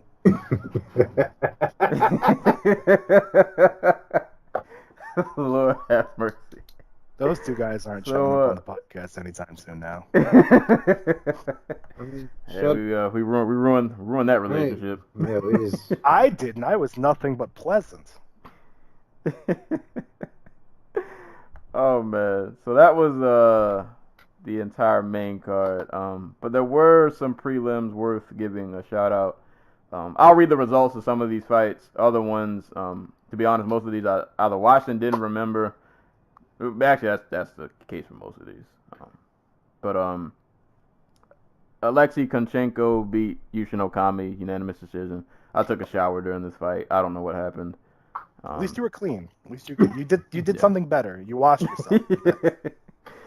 I think I watched one round just to see like, is something crazy gonna happen? And I was like, okay, no, nothing's happening. I'm out of here. So I left. Apparently I didn't miss anything, but that fight happened.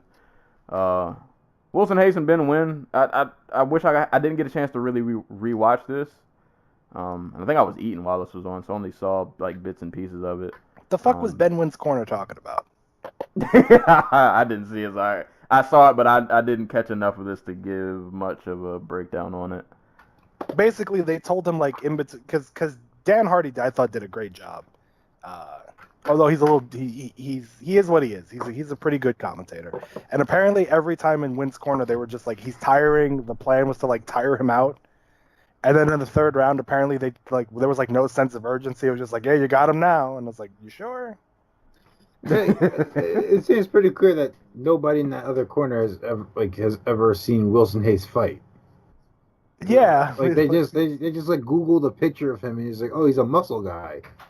We can work with that. He really is. He really is if you think about it. He is Nuba of flyweight. I'll say he's flyweight Romero. How dare you? There is a little muscle how guy. dare you? There is no flyweight Romero. But yeah, like I don't get what the plan was other than to tire Hayes out, and like Hayes never gets tired. That's not how you beat him. You beat him by being really. You have to hit him. Yeah, basically. That's a good start. And Wynn was doing some like good stuff with like his feet, but you gotta hit him. He didn't do it. Put hands on face.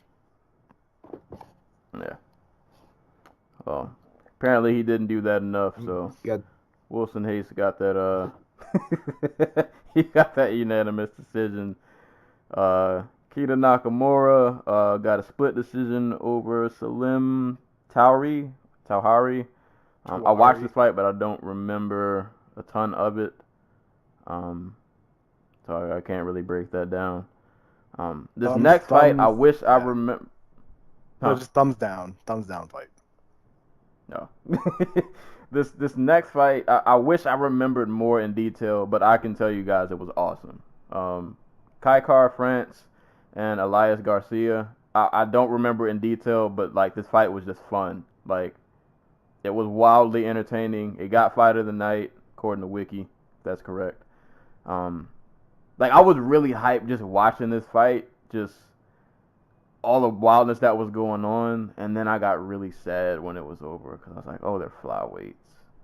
I was like, "Oh no." is because Kara France seems like a really good prospect. Like this dude seems really, really talented. But I'm like, if they get rid of this division, he's not gonna be here. And that whole thing set in. But I mean that aside, Kai Kara France seems like a really good prospect at flyweight.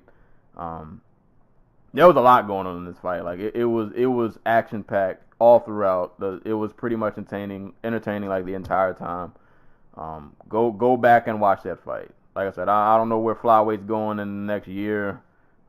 Not even year, maybe like the next 6-7 months. But that guy deserves some spotlight. Kai Kara France, that was a really good performance. Really awesome fight.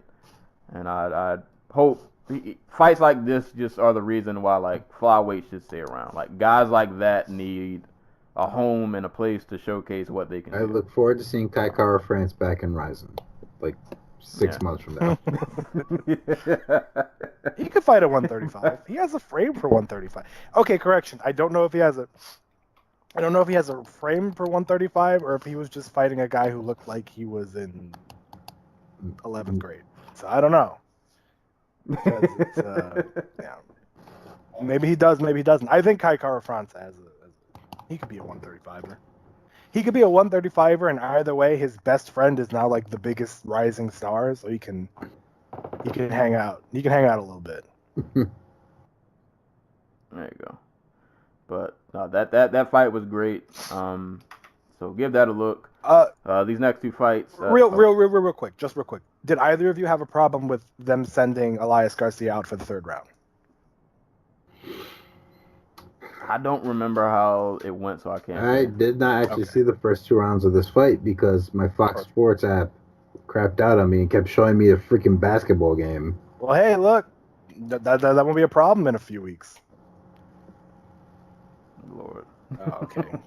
What? So how the second round go? I don't. No, it was pretty competitive on the feet for a while, and then Kai Kara France got on top. Elias Garcia was trying to get a leg lock, and he was just getting kind of pummeled from the bottom. At one point, I don't know if the ref warned him or if it was just Anthony Pettis because they were at the Pettis corner, and Anthony Pettis was like, "You got to do something. You got to move. Like you can't stay there. You can't like." So I thought maybe Anthony Pettis was going to pull the plug. But they sent him out. I was kind of iffy on them sending him out again because he looked pretty busted up. And I mean, the inevitable eventually happened, so I guess all is well that ends well. But I was a little on the fence about him seeing a third round. But then again, I was I guess a little bit more sympathetic. Great fight though. Oh, yeah, awesome fight. Next two fights I'll just run through because I don't even think I watched these, or if I did, I don't remember them at all. But Christos Giagos defeated Mizuto Hirota via unanimous decision, and Damir Ismagulov defeated Alex Gorgis. Yep. Did I say that? I think, Gorgis. via unanimous decision. So that was UFC Adelaide. So it's kind of hard for me to judge this card because I only saw bits and pieces. But like the bits and pieces I saw were entertaining, and everything else I just didn't see. But apparently for people who watch this all in real time, like the prelims were a drag to get through because literally every prelim went to decision, which I could imagine is not, even with the fun fights that were mixed in between. That's a lot to sit through. And then you got a whole main card to worry about, which luckily that had finishes, but pretty decent night of fights. Action-packed weekend overall. Like if you were a fight fan, there was something here for you this weekend. No matter what card all right, I can't speak on the Italy card. I don't know what Bellator did with that, but there was something there for you. There were UFC, Bellator. Outside of UFC and Bellator, KSW had a card. I think LFA had a card also. Like there was a lot going on, and then you had boxing going on. Like there was something for everybody. Violence and head kicks and punches and elbows, all to go around. There was a lot of violence this year.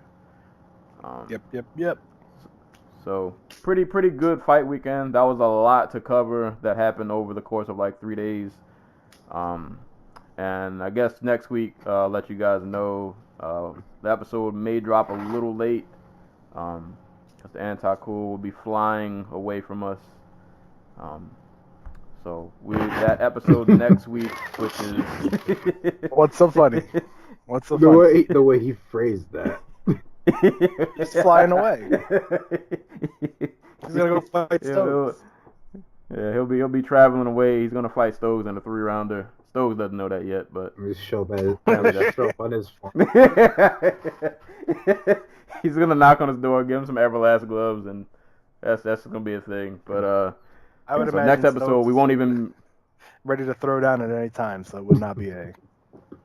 Yeah, he already beat Jake Shields, so you got your work cut out for you.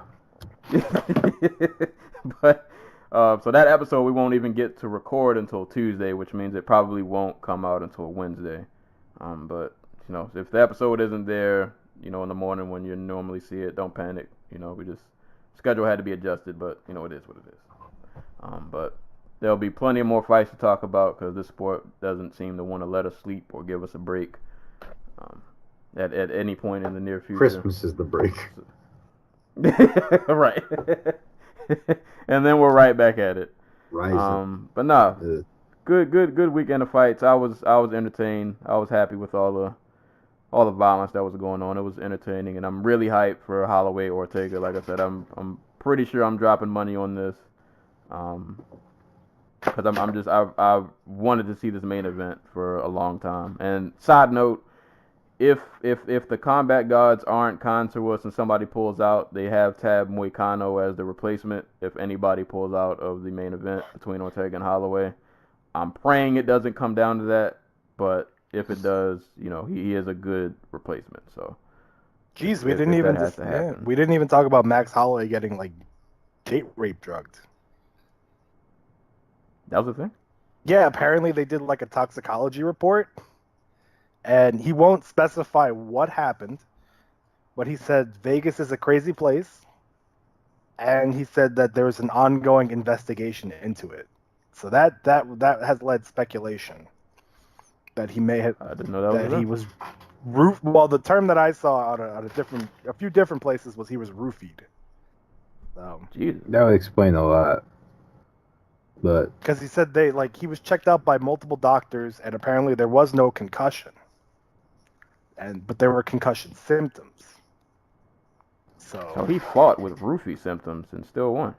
oh no, that was the one that got canceled, right? Yeah, that was the canceled one. Oh, okay. Oh, no. But still, that means he did an open workout while drugged. Then. Oof. Oh, yeah. That's kind of wild. Well, hopefully he's okay. Gunnar Nelson's back on this card. He's back from the dead. Yeah. With Sorry Cowboy, about the other Cowboy. that. Yeah, that might not be a good return.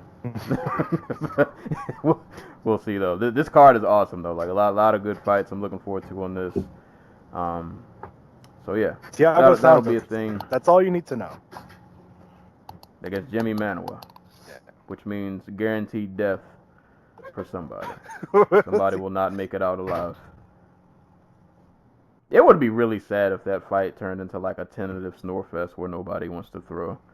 I don't think Thiago Santos is capable. Yeah. I was gonna say, yeah. Then he would Thiago's one of those guys. Yeah, he gives me hope that he's not willing. You can't have a hammer on your chest and be tentative. That can't be. You can't do both. If you have the hammer on your chest, you have to be violent. But yeah, I don't know how long we've been recording. It's probably been a really, really long time. 4 hours. So so we gonna go ahead and wrap this one up with parting shots and shout outs. So real quick, let me pull this up on the phone. My shout out will go to Haley Cowan, who was on LFA 55, which I think that was on Friday. She was an NCAA All-American gymnast who transitioned to MMA. The fight on Friday was her third professional fight, and she won via head kick knockout. I love head kick KOs, so this was it for me. So shout outs to her. I don't know what weight class she's in. She's a flyweight. So she's a flyweight. So I don't know. I didn't really see the fight. I just saw the highlight. So I don't know if she's somebody really to keep an eye on, but gymnast turned MMA fighter. So obviously she's an athlete, at least who's just trying to learn the sport. But good on her. Awesome head kick. It was great. A shot. I can't spend as much on this as I would want to because we've been here for a while. But the NFL, man. You guys hear about the Kareem Hunt? Incident. Yeah. So for those who don't know, now I'll try to get through this quick. There was an incident. This took place actually originally back in February, where Kareem Hunt, running back of the Kansas City Chiefs, got into an altercation. I don't know the woman's name, at a hotel. So this happened back in February. The video is just now coming out as of this recording. I think it came out like a day or two ago. But I don't know. Just once again, I mean, at this time, Kareem Hunt was released by the Chiefs. So he's out of a job, and I don't know if he'll get picked up in the near. I feel like he's going to end up being back, to be honest. But that's a separate discussion. I think he'll be back. Oh yeah, sure. Honest. But he will be. I'm pretty sure. I think he will be. But the NFL, just the way they handle these situations is so. So I have an article pulled up, and I'll just read a quick excerpt. So in its investigation into the February incident that cost Kareem Hunt his job, the NFL did not interview the running back or the woman he shoved and kicked. League sources, according to Adam Schefter and Chris Mortensen. So just on that front, well, I will say, because you can read that and it might be a little bit misleading. The NFL did at least reach out to the woman, apparently, and her friend that was there, and they didn't respond.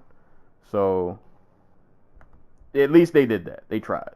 But I don't understand how do you not interview Kareem Hunt? Like, he's in the video. Well, can I make a counterpoint? Not a counterpoint, but can I spin it off into a side point?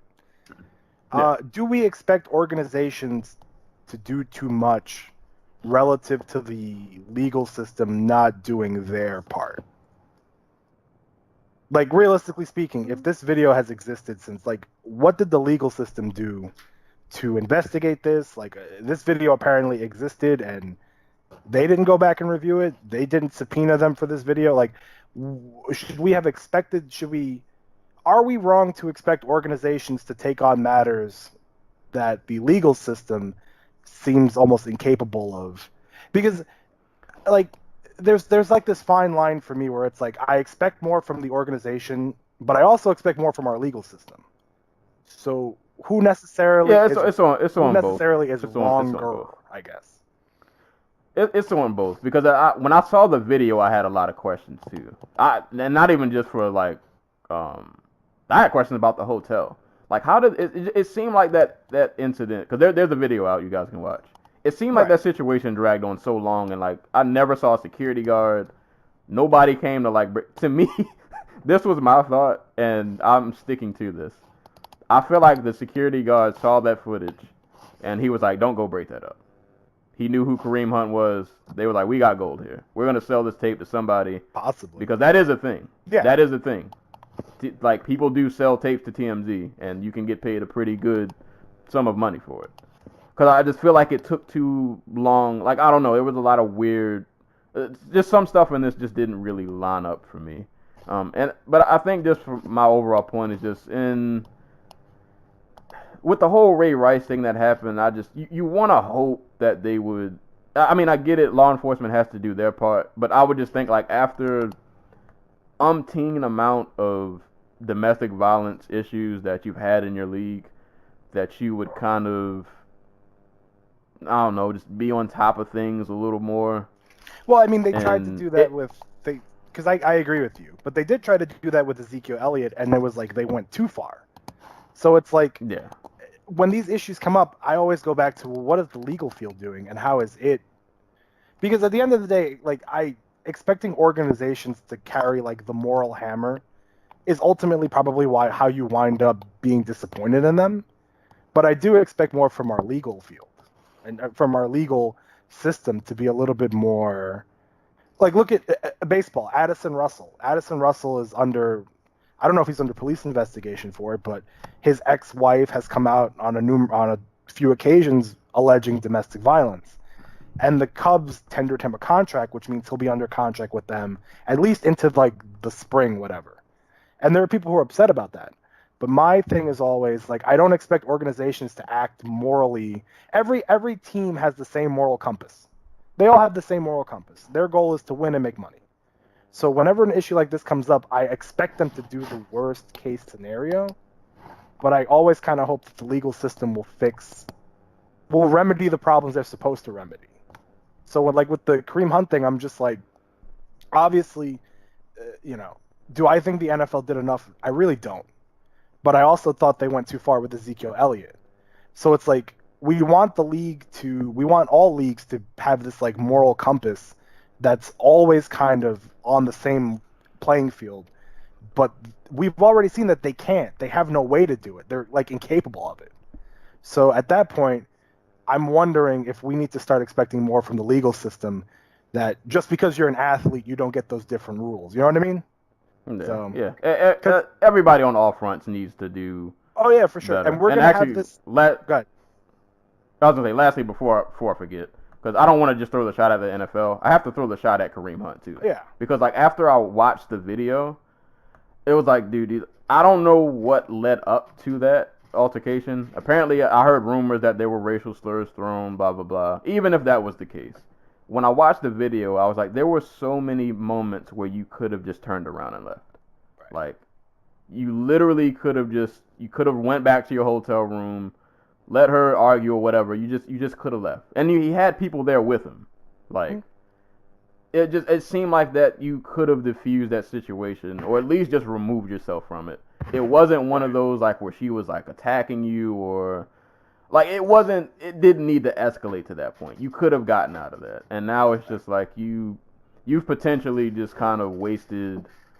As talented as he is, especially the way his team is going, you guys are like being picked to go to the Super Bowl, and you just kind of threw all of that away for something that you could have easily just turned around and walked away from. And now it's just bad decision making, man. Like, life can sometimes come down to just these moments where we don't really see the big picture because we're in the moment, but just these decisions that you make every day that might seem minute in the moment can play a big part. Like, you walking away from something and you engaging in something can be the difference. So Absolutely. Shout out Kareem Hunt. Like, you have to be better, man. Like, you just Right. And it's someone like, of that status, just you. God. Yeah, you got to move better. You have to be more aware of your surroundings and like what's at stake and you just gotta walk away. Sometimes you just have to. You just gotta walk away. Because to me, it's like, if you're expecting the NFL, the NBA, the MLB, the NHL, if you're expecting any of these organizations to be the moral, to swing the hammer of justice, you're gonna be disappointed. And when they do swing it, they never seem to swing it properly. So you're gonna be disappointed. If this video has existed for this long, like, Kareem Hunt should be in jail, or should have at least seen some sort of, like we're gonna talk in a few weeks, probably in a few months. I'll probably be on this podcast at some point, and we're gonna talk Greg Hardy. And when we talk Greg Hardy, it's gonna be another kind of conversation like this, where it's like, should we be disappointed in the legal system, or should we be disappointed in the organization, or should we be disappointed in everybody? So when these come up, there's always like that. There's that part of me that feels like businesses are businesses. They're going to do what they're going to do, but I expect the legal system to be better. Because if this video has existed, like, they could have subpoenaed. Did they subpoena the hotel when they were doing this investigation? Was there an investigation? Like, because there was a police report filed. So, like, what happened between then and now? Did everybody just hope for this thing to boil over, or not boil over, but calm down? I don't know. I always have a very torn opinion on. There's culpability, there's blame on everybody, but who is the most responsible? I kind of always tend to go 50-50 on. So, the NFL, bad on you, but where did this happen again? Cleveland? Where was he at? I don't know if he was in Kansas City. Okay. That I'm not sure. I'm not sure. Hotel staff, bad on you, and whoever was in charge of this investigation, bad on you. So we got a lot of bads, a lot of boos to go around, and fingers pointing. And guys, walk away. It's really simple. Just walk away. Walk away. Go somewhere. It's not, and don't be one of those dicks who's like, well, what if she's got a knife? Because, like, really. She didn't have it. She was. No, I'm saying, she like, looked drunk. Whenever this situation comes up, you always hear the one dude who's like, well, "What if she's got a knife and you're stuck in the corner and there's no way to run?" It's like, how many situations? Right. How many alleys have you been caught in with some random chick just tried to shank you? Like, and for what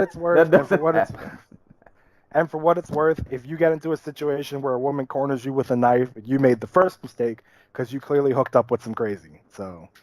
Yeah, you had bad judgment. Bad judgment all the way around. Yeah, but that's all I got for parting shots and shoutouts.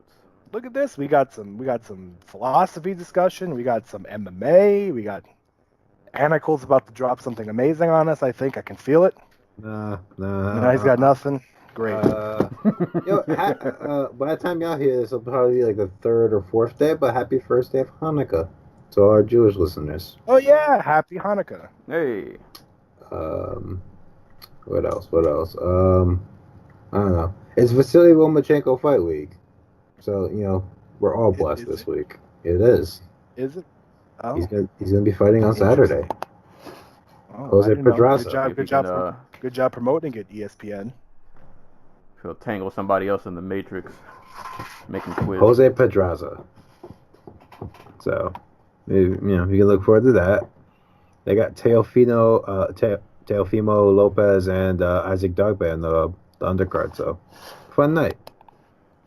I feel like I did have a shot, but it kind of just went in one ear and out the other. I was like, am I angry enough to really dig through and try to find, You're like me. You remember it all week, and then when it's time to come, you get old and you just forget who you remember. Yeah.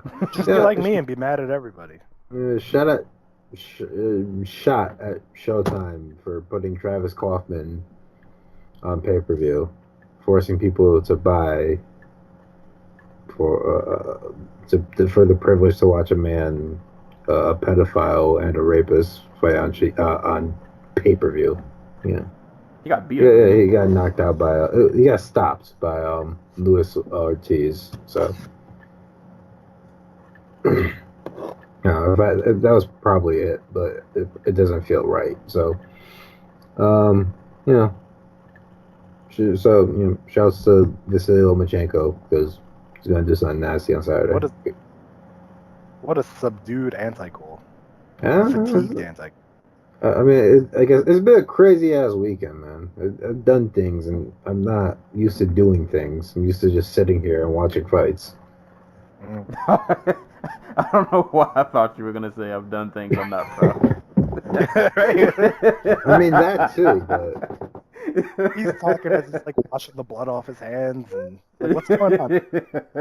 You need help? Do you want to talk about it? Is that why that ambulance is going off? I don't want to say anything about that. But I have no idea what that was. It took the longest effing time to get down my street. So I cut my mic off and I was just like letting them pass. It was just like, did y'all just stop in front of my house for no reason? Oh, no. And I'm focused on getting through my last homework assignment, then my last 2 days of work, and then making it out to Cali in one piece. To visit my bro. So good things on the horizon. I gotta find something to do while I'm out there. I just decided to go visit him for his birthday, but he has school, so like I'm just being in his apartment, just chilling. Fighting Stokes. And we already booked it. We already got the zone to stream it. Right. They're giving us $60 million for the fight. Damn straight. There you go. No Reebok gear. We got our own. We got some apparel deals coming. Probably like Puma. I mean, look, Puma got who did Puma get? They got Ayton. They got that other kid. They got the WNBA. They got to be a fighting Tim's. I mean, we made the rules. We got the contract. If you can pull off some footwork and some Timbs, that's impressive. Yeah, I do have to represent the East Coast. There you go. That's how you do it. Joe, you got any shots or anybody you want to yell at? Oh, no, I thought this was like you can do the put over, or you can do the burial, or you can do the knife. We could do either or, right? Yeah. Yeah. Okay. I don't really have anybody to get mad at. I think I've gotten mad already. I think I'm the maddest of all of us. And so first, actually, I want to thank is you guys obviously for having me on here. I always appreciate being on here. You allow me the opportunity to rant and rave sometimes, and I appreciate that. I appreciate just the fact that we can review these cards sometimes, because it is very, very, very, very, very frustrating after like a bad show or just a bad main event to kind of not have the outlet to start yelling at people, because you don't want to just be walking around your house yelling about MMA to people who don't give a shit. It's like, you're harassing them. You can't harass those people. I actually really enjoyed the end of conversation we had between Sensei and I, so I want to thank him for that. It's an important topic in society that we need to start answering questions on. We need to start talking more about serious shit, not get so caught up in madness. I guess parting shots to the people who have already decided that the Cowboy Bebop remake is going to be bad. At least see a trailer, give it a chance, draw your own opinions.